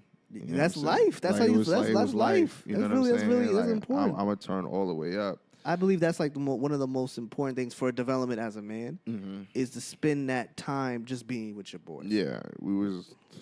You need that It was time. the dog pound. Yeah, you need that. Yeah, we was out there. But you know, like I said, you start like I never liked when cats like try to fake like flex muscle or they got some type of status or whatever, but you fighting over $100. You know what I'm saying? So you see a lot of that in the promoting world. Right. And so, you know, I kind of was like, again, talking about the point of always trying to be a better human. Yeah. You know, so I started like looking within, like, I'm 24, like, yo, like, what do I want for my life? Like, what's the next thing going to Yeah. be? You know, like, how can I better myself? I need to reach outside of my own circle. Right. You know, what can I do? So, You can't. Everything gets old once in a while. Yeah, so when I turned 24, I had just, I think I graduated college when I was like 23. So after that, I was just, you know, throwing the parties, still working. I was really throwing the parties and working at T-Mobile. Did you ever have a numb moment where you just felt numb? Like, this shit is just old now. I got to do something else. Well, yeah, that's what I was saying. Like Yeah. 24, like I started actually real estate business. When I was now 20, we get to the thick of things now. yeah. So man. when I was 24, I was like, yo, I want to switch it up. Yeah. I kind of don't want to be known as the party guy anymore because it's such like like Stigma was growing. the business is like you on a low totem pole. Yes, you you know are. what I'm saying? Like you're a scumbag if you're a promoter. You know what I'm saying? And I just feel like the ceiling of where it can go is not high. So I was like, I need to switch it up. So I started going to real estate school. I was always kind of infatuated with real estate because I remember the first house that my parents bought in Hackensack. My father gutted the house, and he renovated it. And I was like I saw the house before it was renovated, and I wanted to cry. Right. I was like, Dad, we moving to this. This house is nasty. Then we gutted it. And I'm working on the demo, ripping the stuff out with them young. So I was like, yo, this is kind of cool. And then again, the gift of the gab, and I was selling the phones, and I was always good at anything customer service related. If you're a client of mine, it's always going to be good. Right. So I was just like, I It's three things I could do right now. I could be a lawyer. I could go to be a stockbroker. I become a real estate agent. I got to go to school for one of them. I was like, fuck it. I'll be a real estate agent because school's the least amount of time. You know what I'm saying? Oh my God, do I feel you on that, my brother? Yeah, it's the least amount of time. So I study. I got my real estate license. Black man with a real estate license. Yeah. So, and then I actually switched jobs from T-Mobile. I was working at a marketing company. And it was like remote. So it was perfect. So I was like, I could do my job and I could also learn about real estate. Yeah. And I still make, money. And if I make any money on real estate, it's kind of extra. Right. So that's the way I was playing real estate for a while. And then, real estate, I was hustling for it. You know what I'm saying? Now, I've been in the real estate industry so I got my real estate license November 2011. So it'll be 7 years in November. Ain't many people can say they're in that game. And it's just another thing. They say everyone, a lot of people do ask me about real estate. That's one thing I would say about people not asking people about business. A lot of people do call me about real estate. A lot of people say I'm doing it. And 90% of them don't end up really doing it. Yeah. Because it's one of the hardest things. I say I've done a bunch of hard stuff in my life. Real estate is the hardest thing I've ever done. It's because you need to learn how to create your own business. Basically. Forget real estate. You need to learn how to create a business, and most people don't. I still struggle with it to this day, almost 7 years in. That's wild to me because you have the gift of gab, but that's never just enough. And you always had the business. You always had the business savvy. You know what I'm saying? It wasn't like you didn't have the business savvy. It's something I definitely understood about you. But and it's for you to say that 7 years deep. Is wild to me because it's like you've been in this game, and that through that game and through this changes in your life, you reconnected with your wife. Am I correct? Yeah, well, yeah, that definitely. But that's a little further down. But yeah, real estate 7 years. You know what I'm saying? And when I first started doing it, that's when I was like, what do I want more in my life? So I wanted to move out to parties, and real estate was a thing. Like, like I said, I sell things. So 90% of the time, the general public's biggest purchase is going to be a house. Correct. So if I sell some houses, I make good money. Yes. So that's how that came. Like, so you never got into the flipping game. You just want. Well, yeah, that's now. Now, you know what I'm saying. So now, like, I'm 7 years in. My drop step is good. I also got a post game. My 3-pointer is good. Right. Every aspect of the business, Yeah. I have a fingerprint in. I got you. I make the machine work the way it needs to work for me to make a living. Nah, I see what you're saying. So, the flipping thing is definitely something that I'm consistently trying to do. One of my goals for this year was to either buy a multifamily for myself, because I own my own house now. Right. So it was to buy a multifamily for myself or do a flip. And originally it was do a flip so right now it's looking like I might just buy a multifamily. Yeah, right. And at the end of the day, you got to look at scheduling wise. If you buy something, it's going to take you about 4 months to fix it. If you bought something now, 4 months, you're going to be in the wintertime. It's not right. So I would need to buy it in the wintertime. So December. So I'm still looking at my options. When you got into the real estate game, were there a lot of people around your age? Were there a lot of young realtors? No.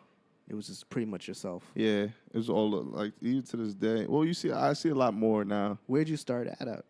Coldwell Banker. Coldwell Banker. Yeah. So the story about that is a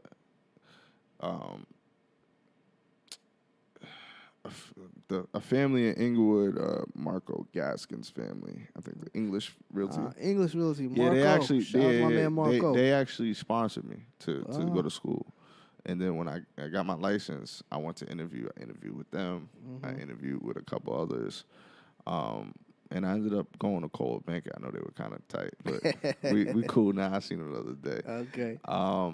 But the reason why I went to Coldwell Banker was the boss, the broker, my man to this day, Juan Rivera. Juan, he Dominican dude, but we look mad similar. Like everyone, like we could be brothers. Yeah.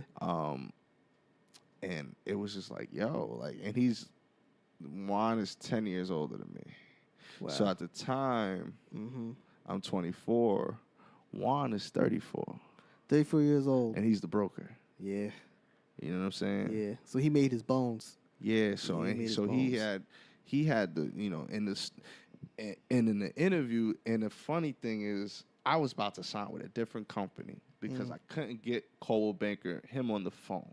Okay. And I called them. I'm like, yo, I'm making on Monday. I'm signing with this company, this other company. Right.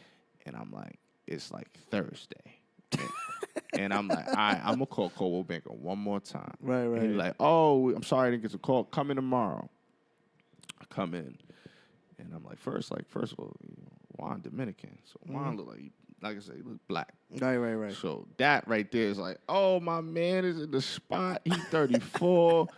He rocking. Right. You guys listen to the same music probably at this point. Yeah, so that's what I'm saying. I'm looking at his office. I see Yeah. some car. So we start talking, and the interview turns into a 4-hour conversation. And we really not talking about real estate. We just talking about life. 4 hours? Yeah. Wow. We talking about life. Shit. And what sold me to this day, he said, yo, Darrin, because you like nice things. You've been a lot of places. Right. You telling me your life story. Mm-hmm. You could be on Miami Beach. You can get an email that your property just sold, and you got $15,000 coming in the bank. I said, I'm starting on Monday. Sold. Yeah. Sold. It's like the scene from Wolf of Wall Street. He's like, you show me a check for $70,000, I quit my job right now. Okay. Shit. Well, I guess that's So Juan, that's my man.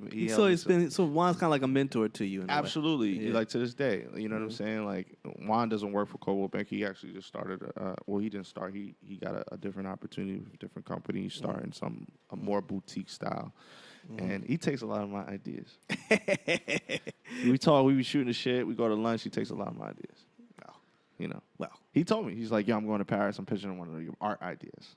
Art ideas. The art ideas. Art ideas. Which was another segue to go into. Oh, yeah. We didn't even talk about that. We didn't talk about that because while you were doing real estate, and good way to get into this, I want to talk about that because that's when I was talking about the creative side and how you were surrounded by all these creative people. And you told me you were managing artists, but how did you get in? Because now, for many of you guys don't know, like I said, the man's a seller, but he has a real soft spot for creative people. And it's always been like that for you. Am I correct? Yeah, I love creative people. He has a real soft spot for creative people. So I couldn't draw. You know what I'm saying? How did you get yourself into art, like into the art scene? And we're not talking about artists, singing artists, anything like that. But you also work with those too. But we're talking about art, like fine painters, drawers, different mediums, How did you everything. just get into that scene? Well, again, I was like, so when I was 24, I got my real estate license. I was really asking myself, like, what my life want to look about, and I didn't want to be known as the party guy. But I always still wanted to kind of do events. So I wanted to do corporate events because I know that Couldn't let that bug go, could you? Yeah, because marketing. You were good at it. Yeah, and in the marketing, Shit. I remember in school they say, yo, big companies spend like 30% of their money every year on marketing. I'm like, yo, if I could just get 5 clients like that to give me 30% of their bread, I'm rich.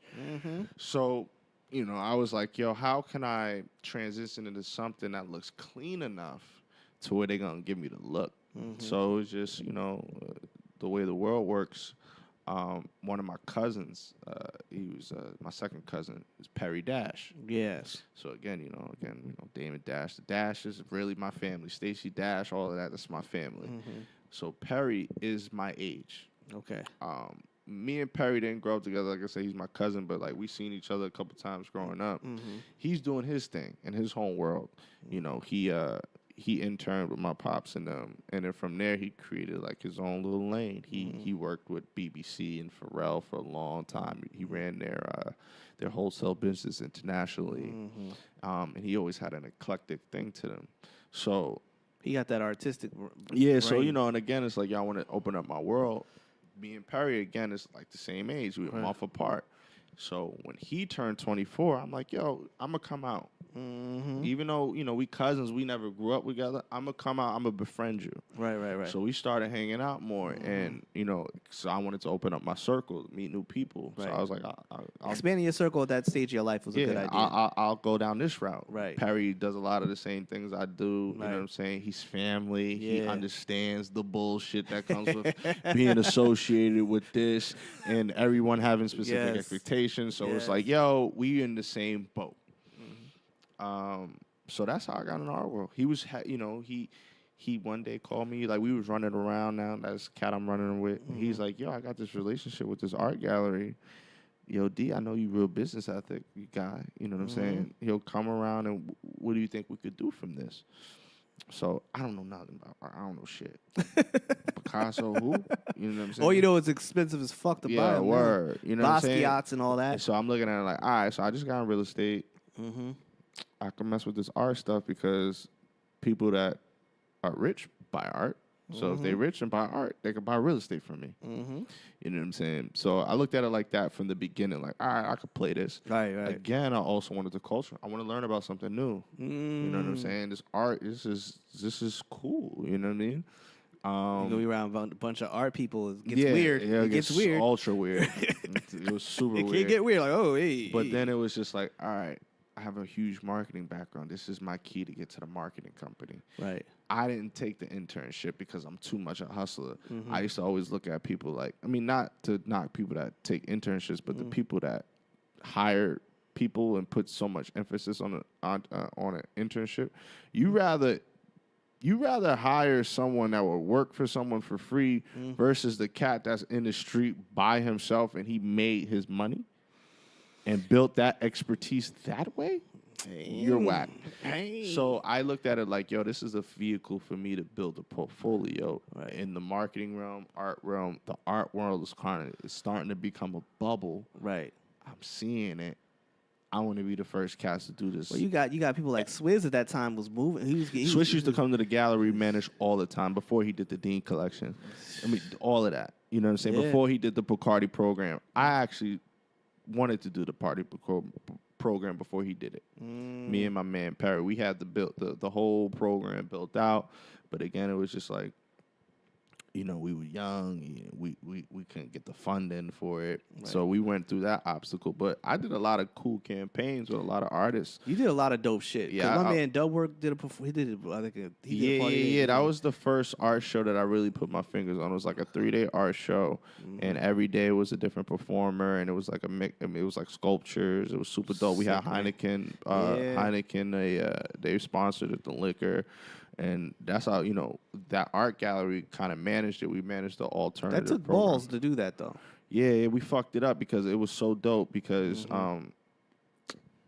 if you don't know anything about the art world, which I didn't know at the time, that Chelsea, 24th Street, is the Gagosian. It's the biggest art deal in the world.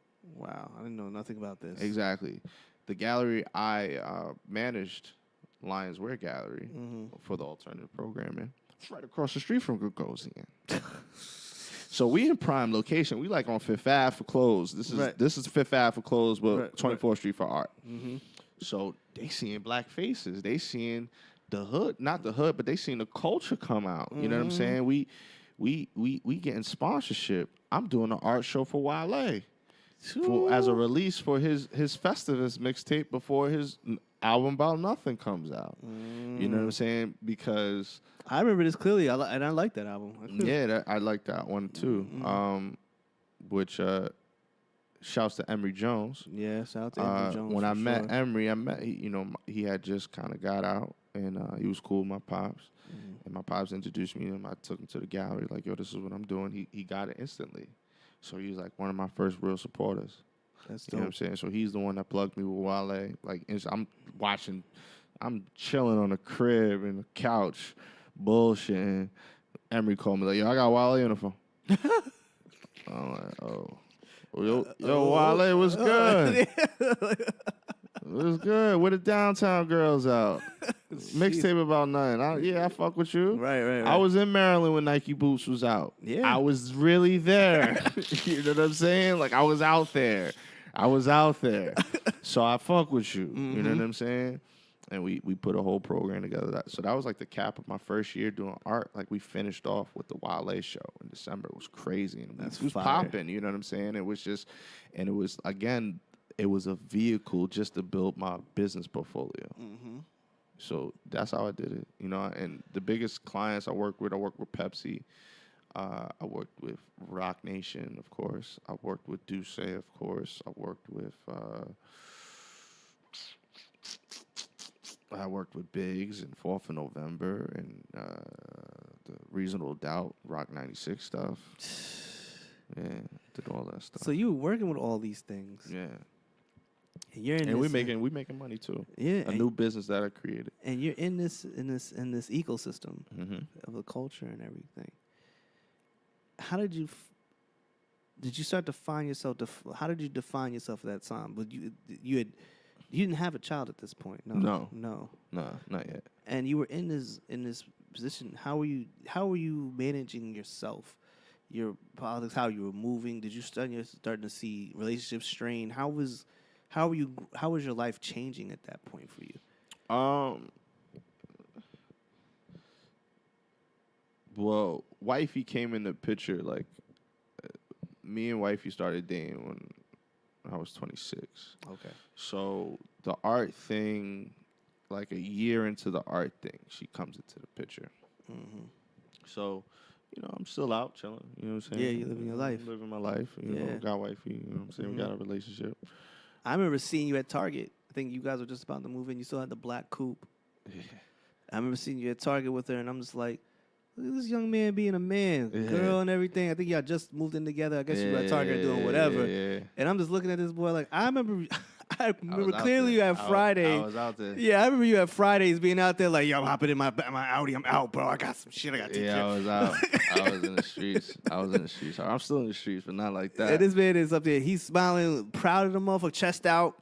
Yeah, and I'm everything. a 5-star general in these streets when it comes to all of that. You know what I'm saying? Living his when life. It comes to living my life. Yeah. Little Duval. Yeah, I done did that. But so you- that's what also aided to the fact that, you know what I'm saying? Like, I'm married. Like, Yeah, you're young married. yeah, so for me, it was just like, because it was funny, JY actually asked me this question. He, when he seen me like a couple months ago, he was like, yo, like, I was just like, I did it all. I didn't do this though. Right. You know what I'm saying? And I always wanted this. You know what I'm saying? Again, I got only child syndrome. I always wanted a family. Right. That was one of the things that's still to this day, it's very important to me. And I feel like, you know, when it go back to the black thing, is that the concept of family we don't have. Not as strong as we should. Yeah, exactly. It's like, come on. Like, you know how many people But I your know. generation is beginning to grow. I see a lot more married dudes. Yeah. Okay, in my generation, niggas is humping. Yeah.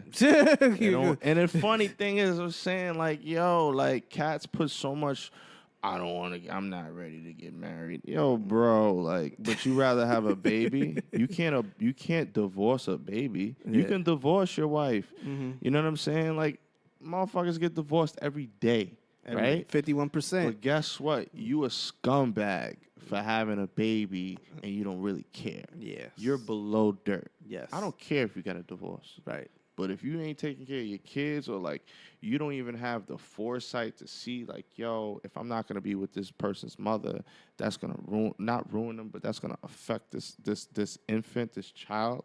You're selfish. There's a lot of selfish people. You're out there. selfish, A lot of and selfish that's what I'm people saying. out I'm supposed to be selfish. there, bro.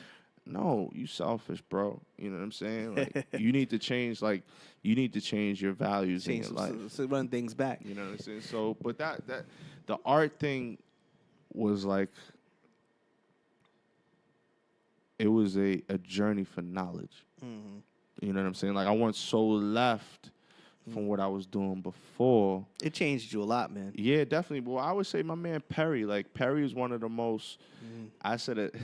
My wife says it. Donald Glover is supposed to be Perry's best friend. Like, they wear holy shirts. Yeah, like, yeah. And they wear high shorts Yeah. and shoes with no socks.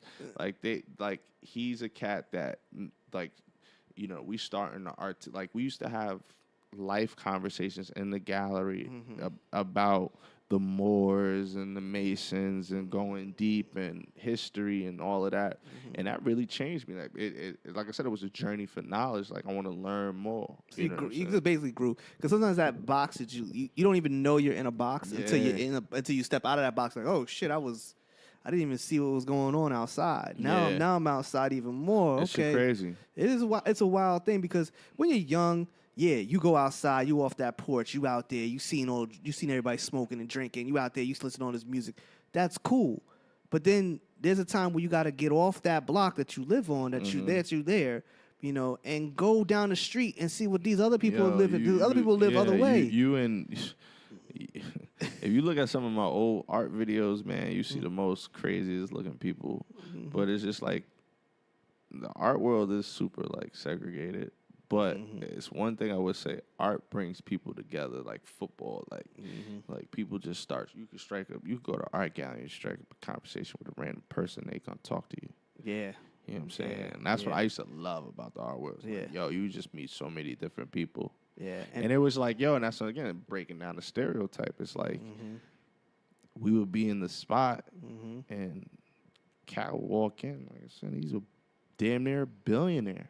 And he's like, yo, y'all are mad cool. And it would be like, yo, if I never did this, I would never have this conversation with this person. I would never even be like, yo, I know I can have this conversation with anybody. I know I can go anywhere in this earth and be good, because this is one of the things I did. But I stepped out of my pocket. All those people skills that you developed over time enabled you to have that moment. Absolutely. Because everything leads up to something. Yeah. You know, it all does leads up to something. Now, you know, in this situation, you've moved into the point where, how was it? Just tell me how it was for you to be an independent. You're being independent. You're in the real estate game. You get married, but now you're a dad. Now you're in your father's shoes. Yeah, this is crazy. How has that like stretched you in the sense of emotions? Because now you're a dad of a daughter. Yeah, and you're in a situation where you are surrounded by your boys. Your boys might have kids and everything else, but now you're saying things that your dad or your mom might have said to you, and you're just like, what the fuck? Yeah, it's crazy. Well, you know, I did the art thing for like 3 years strong, and then the funny thing is, I got my girl at the time, who's not my wife, pregnant, and then like 4 months later, Perry got his girl pregnant. So that talk about your life link. Yeah, so that kind of like was like, you know what I'm saying? Like, yo, we don't got time to do this shit right now. You know what I'm saying? So the baby's coming or the baby's here. I'm a dad now. You know what I'm saying? Real estate. I really like, all right, so I'm about to be 7 years in. It was like a wave. Like the first 3 years of real estate, I went super hard. Right. So what's that, 3 years? The middle two, so fourth and fifth year, I kind of laxed off. Right. You know what I'm saying? Because the art shit was really working. Right. So I really was putting my effort into that. And like real estate, you never give it up because in the back, I could make $30,000 real quick. Right. So the art stuff is slowing down. Baby is coming. You know, it's time to increase those bags. Now it's like, yo, what do I do? You know what I'm saying?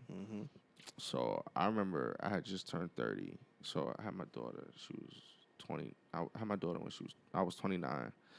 So I just turned 30, and I have one of the most like strongest conversations with my pops. Like it was the most like my pops called me out. Like, yo, you living foul. You know what I'm saying? He was like, I don't like the way you living. You know what I'm saying? That's fucking hard, bro. Yeah. Like my dad passed when I was very young, but there's been plenty of times my grandfather shitted on me. And Pop shitted on me. Yeah. He was just like, you moving wrong. Yeah. You moving wrong. Like, he's not saying that this cool. He violating. So, you know, we get into like a big argument on the phone, and he called me back like, yo, that shit was whack. after to like finish what you got to do for today, but we need to have a face-to-face conversation. I'm like, fuck that. I'm coming to your crib right now, my nigga. You know what I'm saying? It was hot. It was one of them hot. Like we were hot. like Pops, you told me if anybody had a problem, fuck waiting half a day. I'm coming to see you right now. Right. My guy. This is normal. This is what this is, man. Let me tell you, man. My guy. You always have that moment with your elder statement where you're just like, fuck this, I'm gonna let it out. Yeah. And then then we going at it. You know what I'm saying? And basically, like, my whole life, I just wanted my dad to acknowledge me. Yeah. You know what I'm saying? Like, as most men do. Yeah. You know what I'm saying? And in this conversation, he really ripping me apart, but he's giving me praise. Like, yo, Darrin, you one of the smartest people I know. What's wrong with you? Like, I was in a funk. You know what I'm saying? Like I said, the art shit is not going on. I got the baby. You know what I mean? Real estate is on ice because I wasn't really doing it. Right. You know what I'm saying? I was about to give up real estate. And that's what the whole beef was. I was like, yo, Dad, I'm not doing it no more. But that ain't you. And he was just like, why? I'm like, yo, like, I'm just not in it. Right. You know what I'm saying? And he was just, and that's how it really, like, the whole thing came to the head. And he was like, you live in foul. And he was like, yo, one of the greatest things about you is you have tunnel vision, but that's also one of the worst things about you. He was like, the gift and the curse. Yeah, he was like, yo, I see you get locked in on things. You get ultra locked in. You get obsessive. Yeah. And that's why you be perfectionist, but you block everything else out. So he was like, yo, like, when you over there chasing the $15,000, you don't leave that $300 on the floor. You pick that $300 up. You pick this $500 up over there. You pick that $1,500 up. Then you go get the $15,000. When you come to the table, you count all the chips up. Look all this money you made. Right. Step your hustle up. So from there, I was just like, damn. Like it went from, yo, this guy's on my nerves right now to, yo, he's really speaking some truth. Right, you know what I'm saying? Right. So from there, I kicked it all the way back up. So real estate been back kicking ever since then. You know, and then that's valuable advice, man. Yeah, I started my own. You know, I had the art consulting company. Then I started my own. I got my own consulting company by myself because it's just like now. As you know, most people know me about business. Right. So if you want to talk about business, here's my invoice. There you go. My man. You know what I'm saying? My man. Here's my invoice. There you go. You know what I'm there saying? Because guess what? Chandler Inc. is in the building. Yeah. It's not that, but... No, but I'm saying. Yeah, but it's in the building. And you know, again, I've been out of a real job for damn near 4 years, so... See, when you say real job... Let's take it this way. A regular job. A regular job. Because you have a real job. I have a real job. Because this is... Real estate is a real job. This is a 24-hour job. 3 o'clock in the morning, somebody might send you a closing. Like, look, we're going to close all cash. Trust me. Oh, $350,000 right now. Yeah, I got 3 buyers right now that's trying to get it popping. There you go. You know what I'm saying? There you go. And legitly on his phone right now. But what I'm saying is, in this moment, bro, Dad force-fed you some jewels. Yeah. And from those jewels, you decided to sprout your wings and develop even a better better space. The first thing was, I was in the space to accept it. That's true. Because it was a lot of like me and my dad now, we're best friends. We talk every day. And we talk about business all day. But when I was young, I didn't want to receive that because he was so tough on me. In return, I was tough on him. So I remember when I changed my attitude towards my father, when again, like 24, and we became best friends. Right. So I was like, I've never seen my pops. I've only been a couple times I've seen my pops get this tight, especially at me. If he's getting this mad, he really feels this way. I need to heed his words. Yeah. You know what I'm saying? Yeah. Sometimes, as a man, that's the thing. I see a lot of men, black men, period. A lot of men, period. A lot of black men, they lack the real OG. When they don't have that authoritative figure and to smack them right when they going too far, it's just hard for them to get it correct. And you gotta like sometimes they can't You respect gotta get an it. ass whooping sometimes. Yeah, You know what I'm saying? and Like, it's not physical ass whooping. Nah, Sometimes it's a mental ass whooping. You gotta Yeah. get smacked down like, yo, you don't know nothing. That's what the OGs is supposed to do. You really, I don't blame you. I blame your OG or whoever your father figures is. Mm-hmm. They didn't do a correct job. Yeah, they're supposed to shut down the shit that you're doing now. You don't My get father was the first person to tell get my girl pregnant. it. Your father said it's time for you to. Yo, he said it. He was like, "Yo, are you gonna be a hoe for the rest of your life?" That's deep, V. You know, and I'm looking at him like, Fuck is you talking to? yo. 3 years ago, you was telling me to kill everything walking. Yeah, You know what I'm saying? Like, you're like now you're telling me this.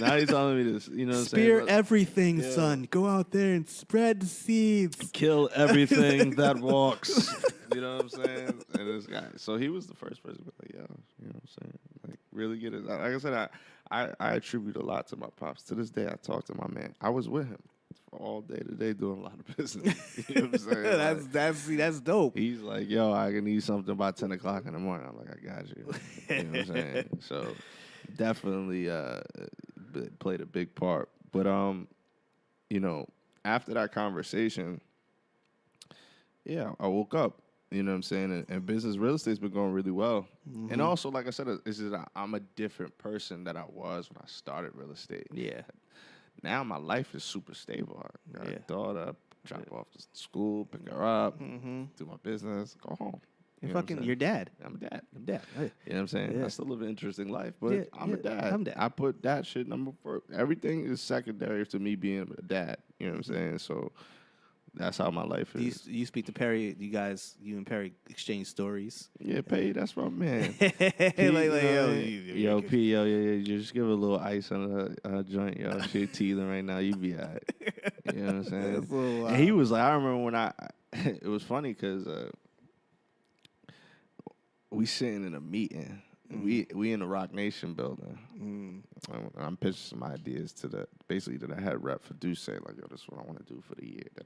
How much money can you allocate towards us and all of that. I get the text message like, we need to talk tonight from Wifey. Oh. I nudged Perry like, yo, shorty pregnant. Like, I already knew. You know what I'm saying? They're like, I'll shoot up the club anyway. I know what time it is. I already knew what was going on. She pregnant. You know what I'm saying? Perry was like, you bugging. And that's what I'm saying. It was so funny that 4 months later, he pregnant. Like, get out of here, you chump. You know what I'm saying? Get out of here, you chump. My sister-in-law did that to me, too. Like, oh, you get pregnant? And half a year later, she pregnant. Get out of here, you chump, too. He was trying to play me. He was trying to copy my steez. Spite my style. And I was super late from all my friends. All my friends had kids already. Yeah, you ain't lying. Them niggas all got kids. All of them. And they all looking at you like, damn, nigga, damn, shit, we been here. We been here already. We thought you were like infertile or something, man. Yeah. Like, nah. Well, I'm at that stage now with my boy because I'm like the only one who doesn't have a kid. Exactly. I'm chilling though. Anyway, tell the folks, man, give some advice, man. What kind of advice would you give somebody who wants to get started in business consulting, if you wanted to get started in business consulting, if he or she wanted to get started in real estate, if he still wanted to get into the party promotion game? What kind of successful advice could you give someone right now? All right, so, well, one with real estate, there's so much to real estate. You know what I'm saying? So I'm a real estate, like, I call myself a real estate consultant. Yes. Because I can consult you on almost every aspect of real estate. But the primary vertical that I do business in real estate is I'm a real estate agent. So that's really the retail side of real estate. Acquisition time. Yeah, so, you know, hey, Darrin, I want to buy a house. Hey, Darrin, I want to sell my house. That's pretty much the bulk of my business. But I would say research. Anything you want to do, research. And really ask yourself, why are you doing it? Right. Anything you do. Like I said, I see cats, I'm doing a T-shirt company. Why are you doing the T-shirt company? Do you want the popularity? You trying to do this for likes? If or do you're doing it for the love, you've already lost. You've already lost. Because one day, they ain't going to love you. They're going to love something else. Yeah. Yeah, You know what I'm saying? one day it was this, everybody loved what's that brand that everybody was wearing that 2 Chainz was wearing, True Religion. Mm-hmm. Everybody loved True Religion at one point. Gone now. Evisu. Evisu. Gone. Yes. Diesel. Still rocking international. Mm-hmm. You know what I'm saying? But Ed Hardy, gone. Really gone. Von Dutch, which is the same thing as Ed Hardy, gone. Gone. Sean John, gone. Rockaware, gone. Yeah, 1 minute you're hot, next minute you're Toys gone. R Us, gone. Oh, Toys R Us. My childhood is gone. Yeah, shit gone. Shit. So I would say, one is research. 2 is like, ask yourself, why are you doing this? Mm-hmm. Like I said, if you're doing it for the love, you've already lost. I got you. And then the third thing is, how can I make money? And then how can I scale it to make a business? I got you. You understand what I'm saying? Right. Because if... That's that Gary Vee shit. Always looking to scale. Yeah. Always and look then to it's scale. self-auditing. Yeah. Like, I know my shit be fucked up sometimes with real estate. I know that. You know what I'm saying? But then I know myself, so I know, all right, I'm going to place a timeline on it to fix this shit. You know what I'm saying? And I set goals for myself. Right. So it's really like, yo, like, are you a student of business? Like, I'm a student of business. Like, you can say, yo, Darrin, I want to start a pizza shop. I can consult you how to win. Do you say that at this point in time you reach master level and you're going to doctorate level in business and you're Oh, absolutely. I'm definitely master level in real estate. Mm-hmm. I'm master level, and there's always room to grow. Right, you know right. what I'm saying? But when it comes to figuring out business, I pretty much have a grasp on most of everything. That's dope. That's Yeah. dope. All right, man. Listen, bro. I really appreciate you coming on the show. Absolutely. Thank you so much, man. Where can people find you? My real estate Instagram is @MoveWithDarrin. That's DARRIN. Facebook, you can just type in my name, Darrin Chandler Jr., real estate consultant. That's pretty much it. I'm building my website for real estate. That'll be by the end of the year.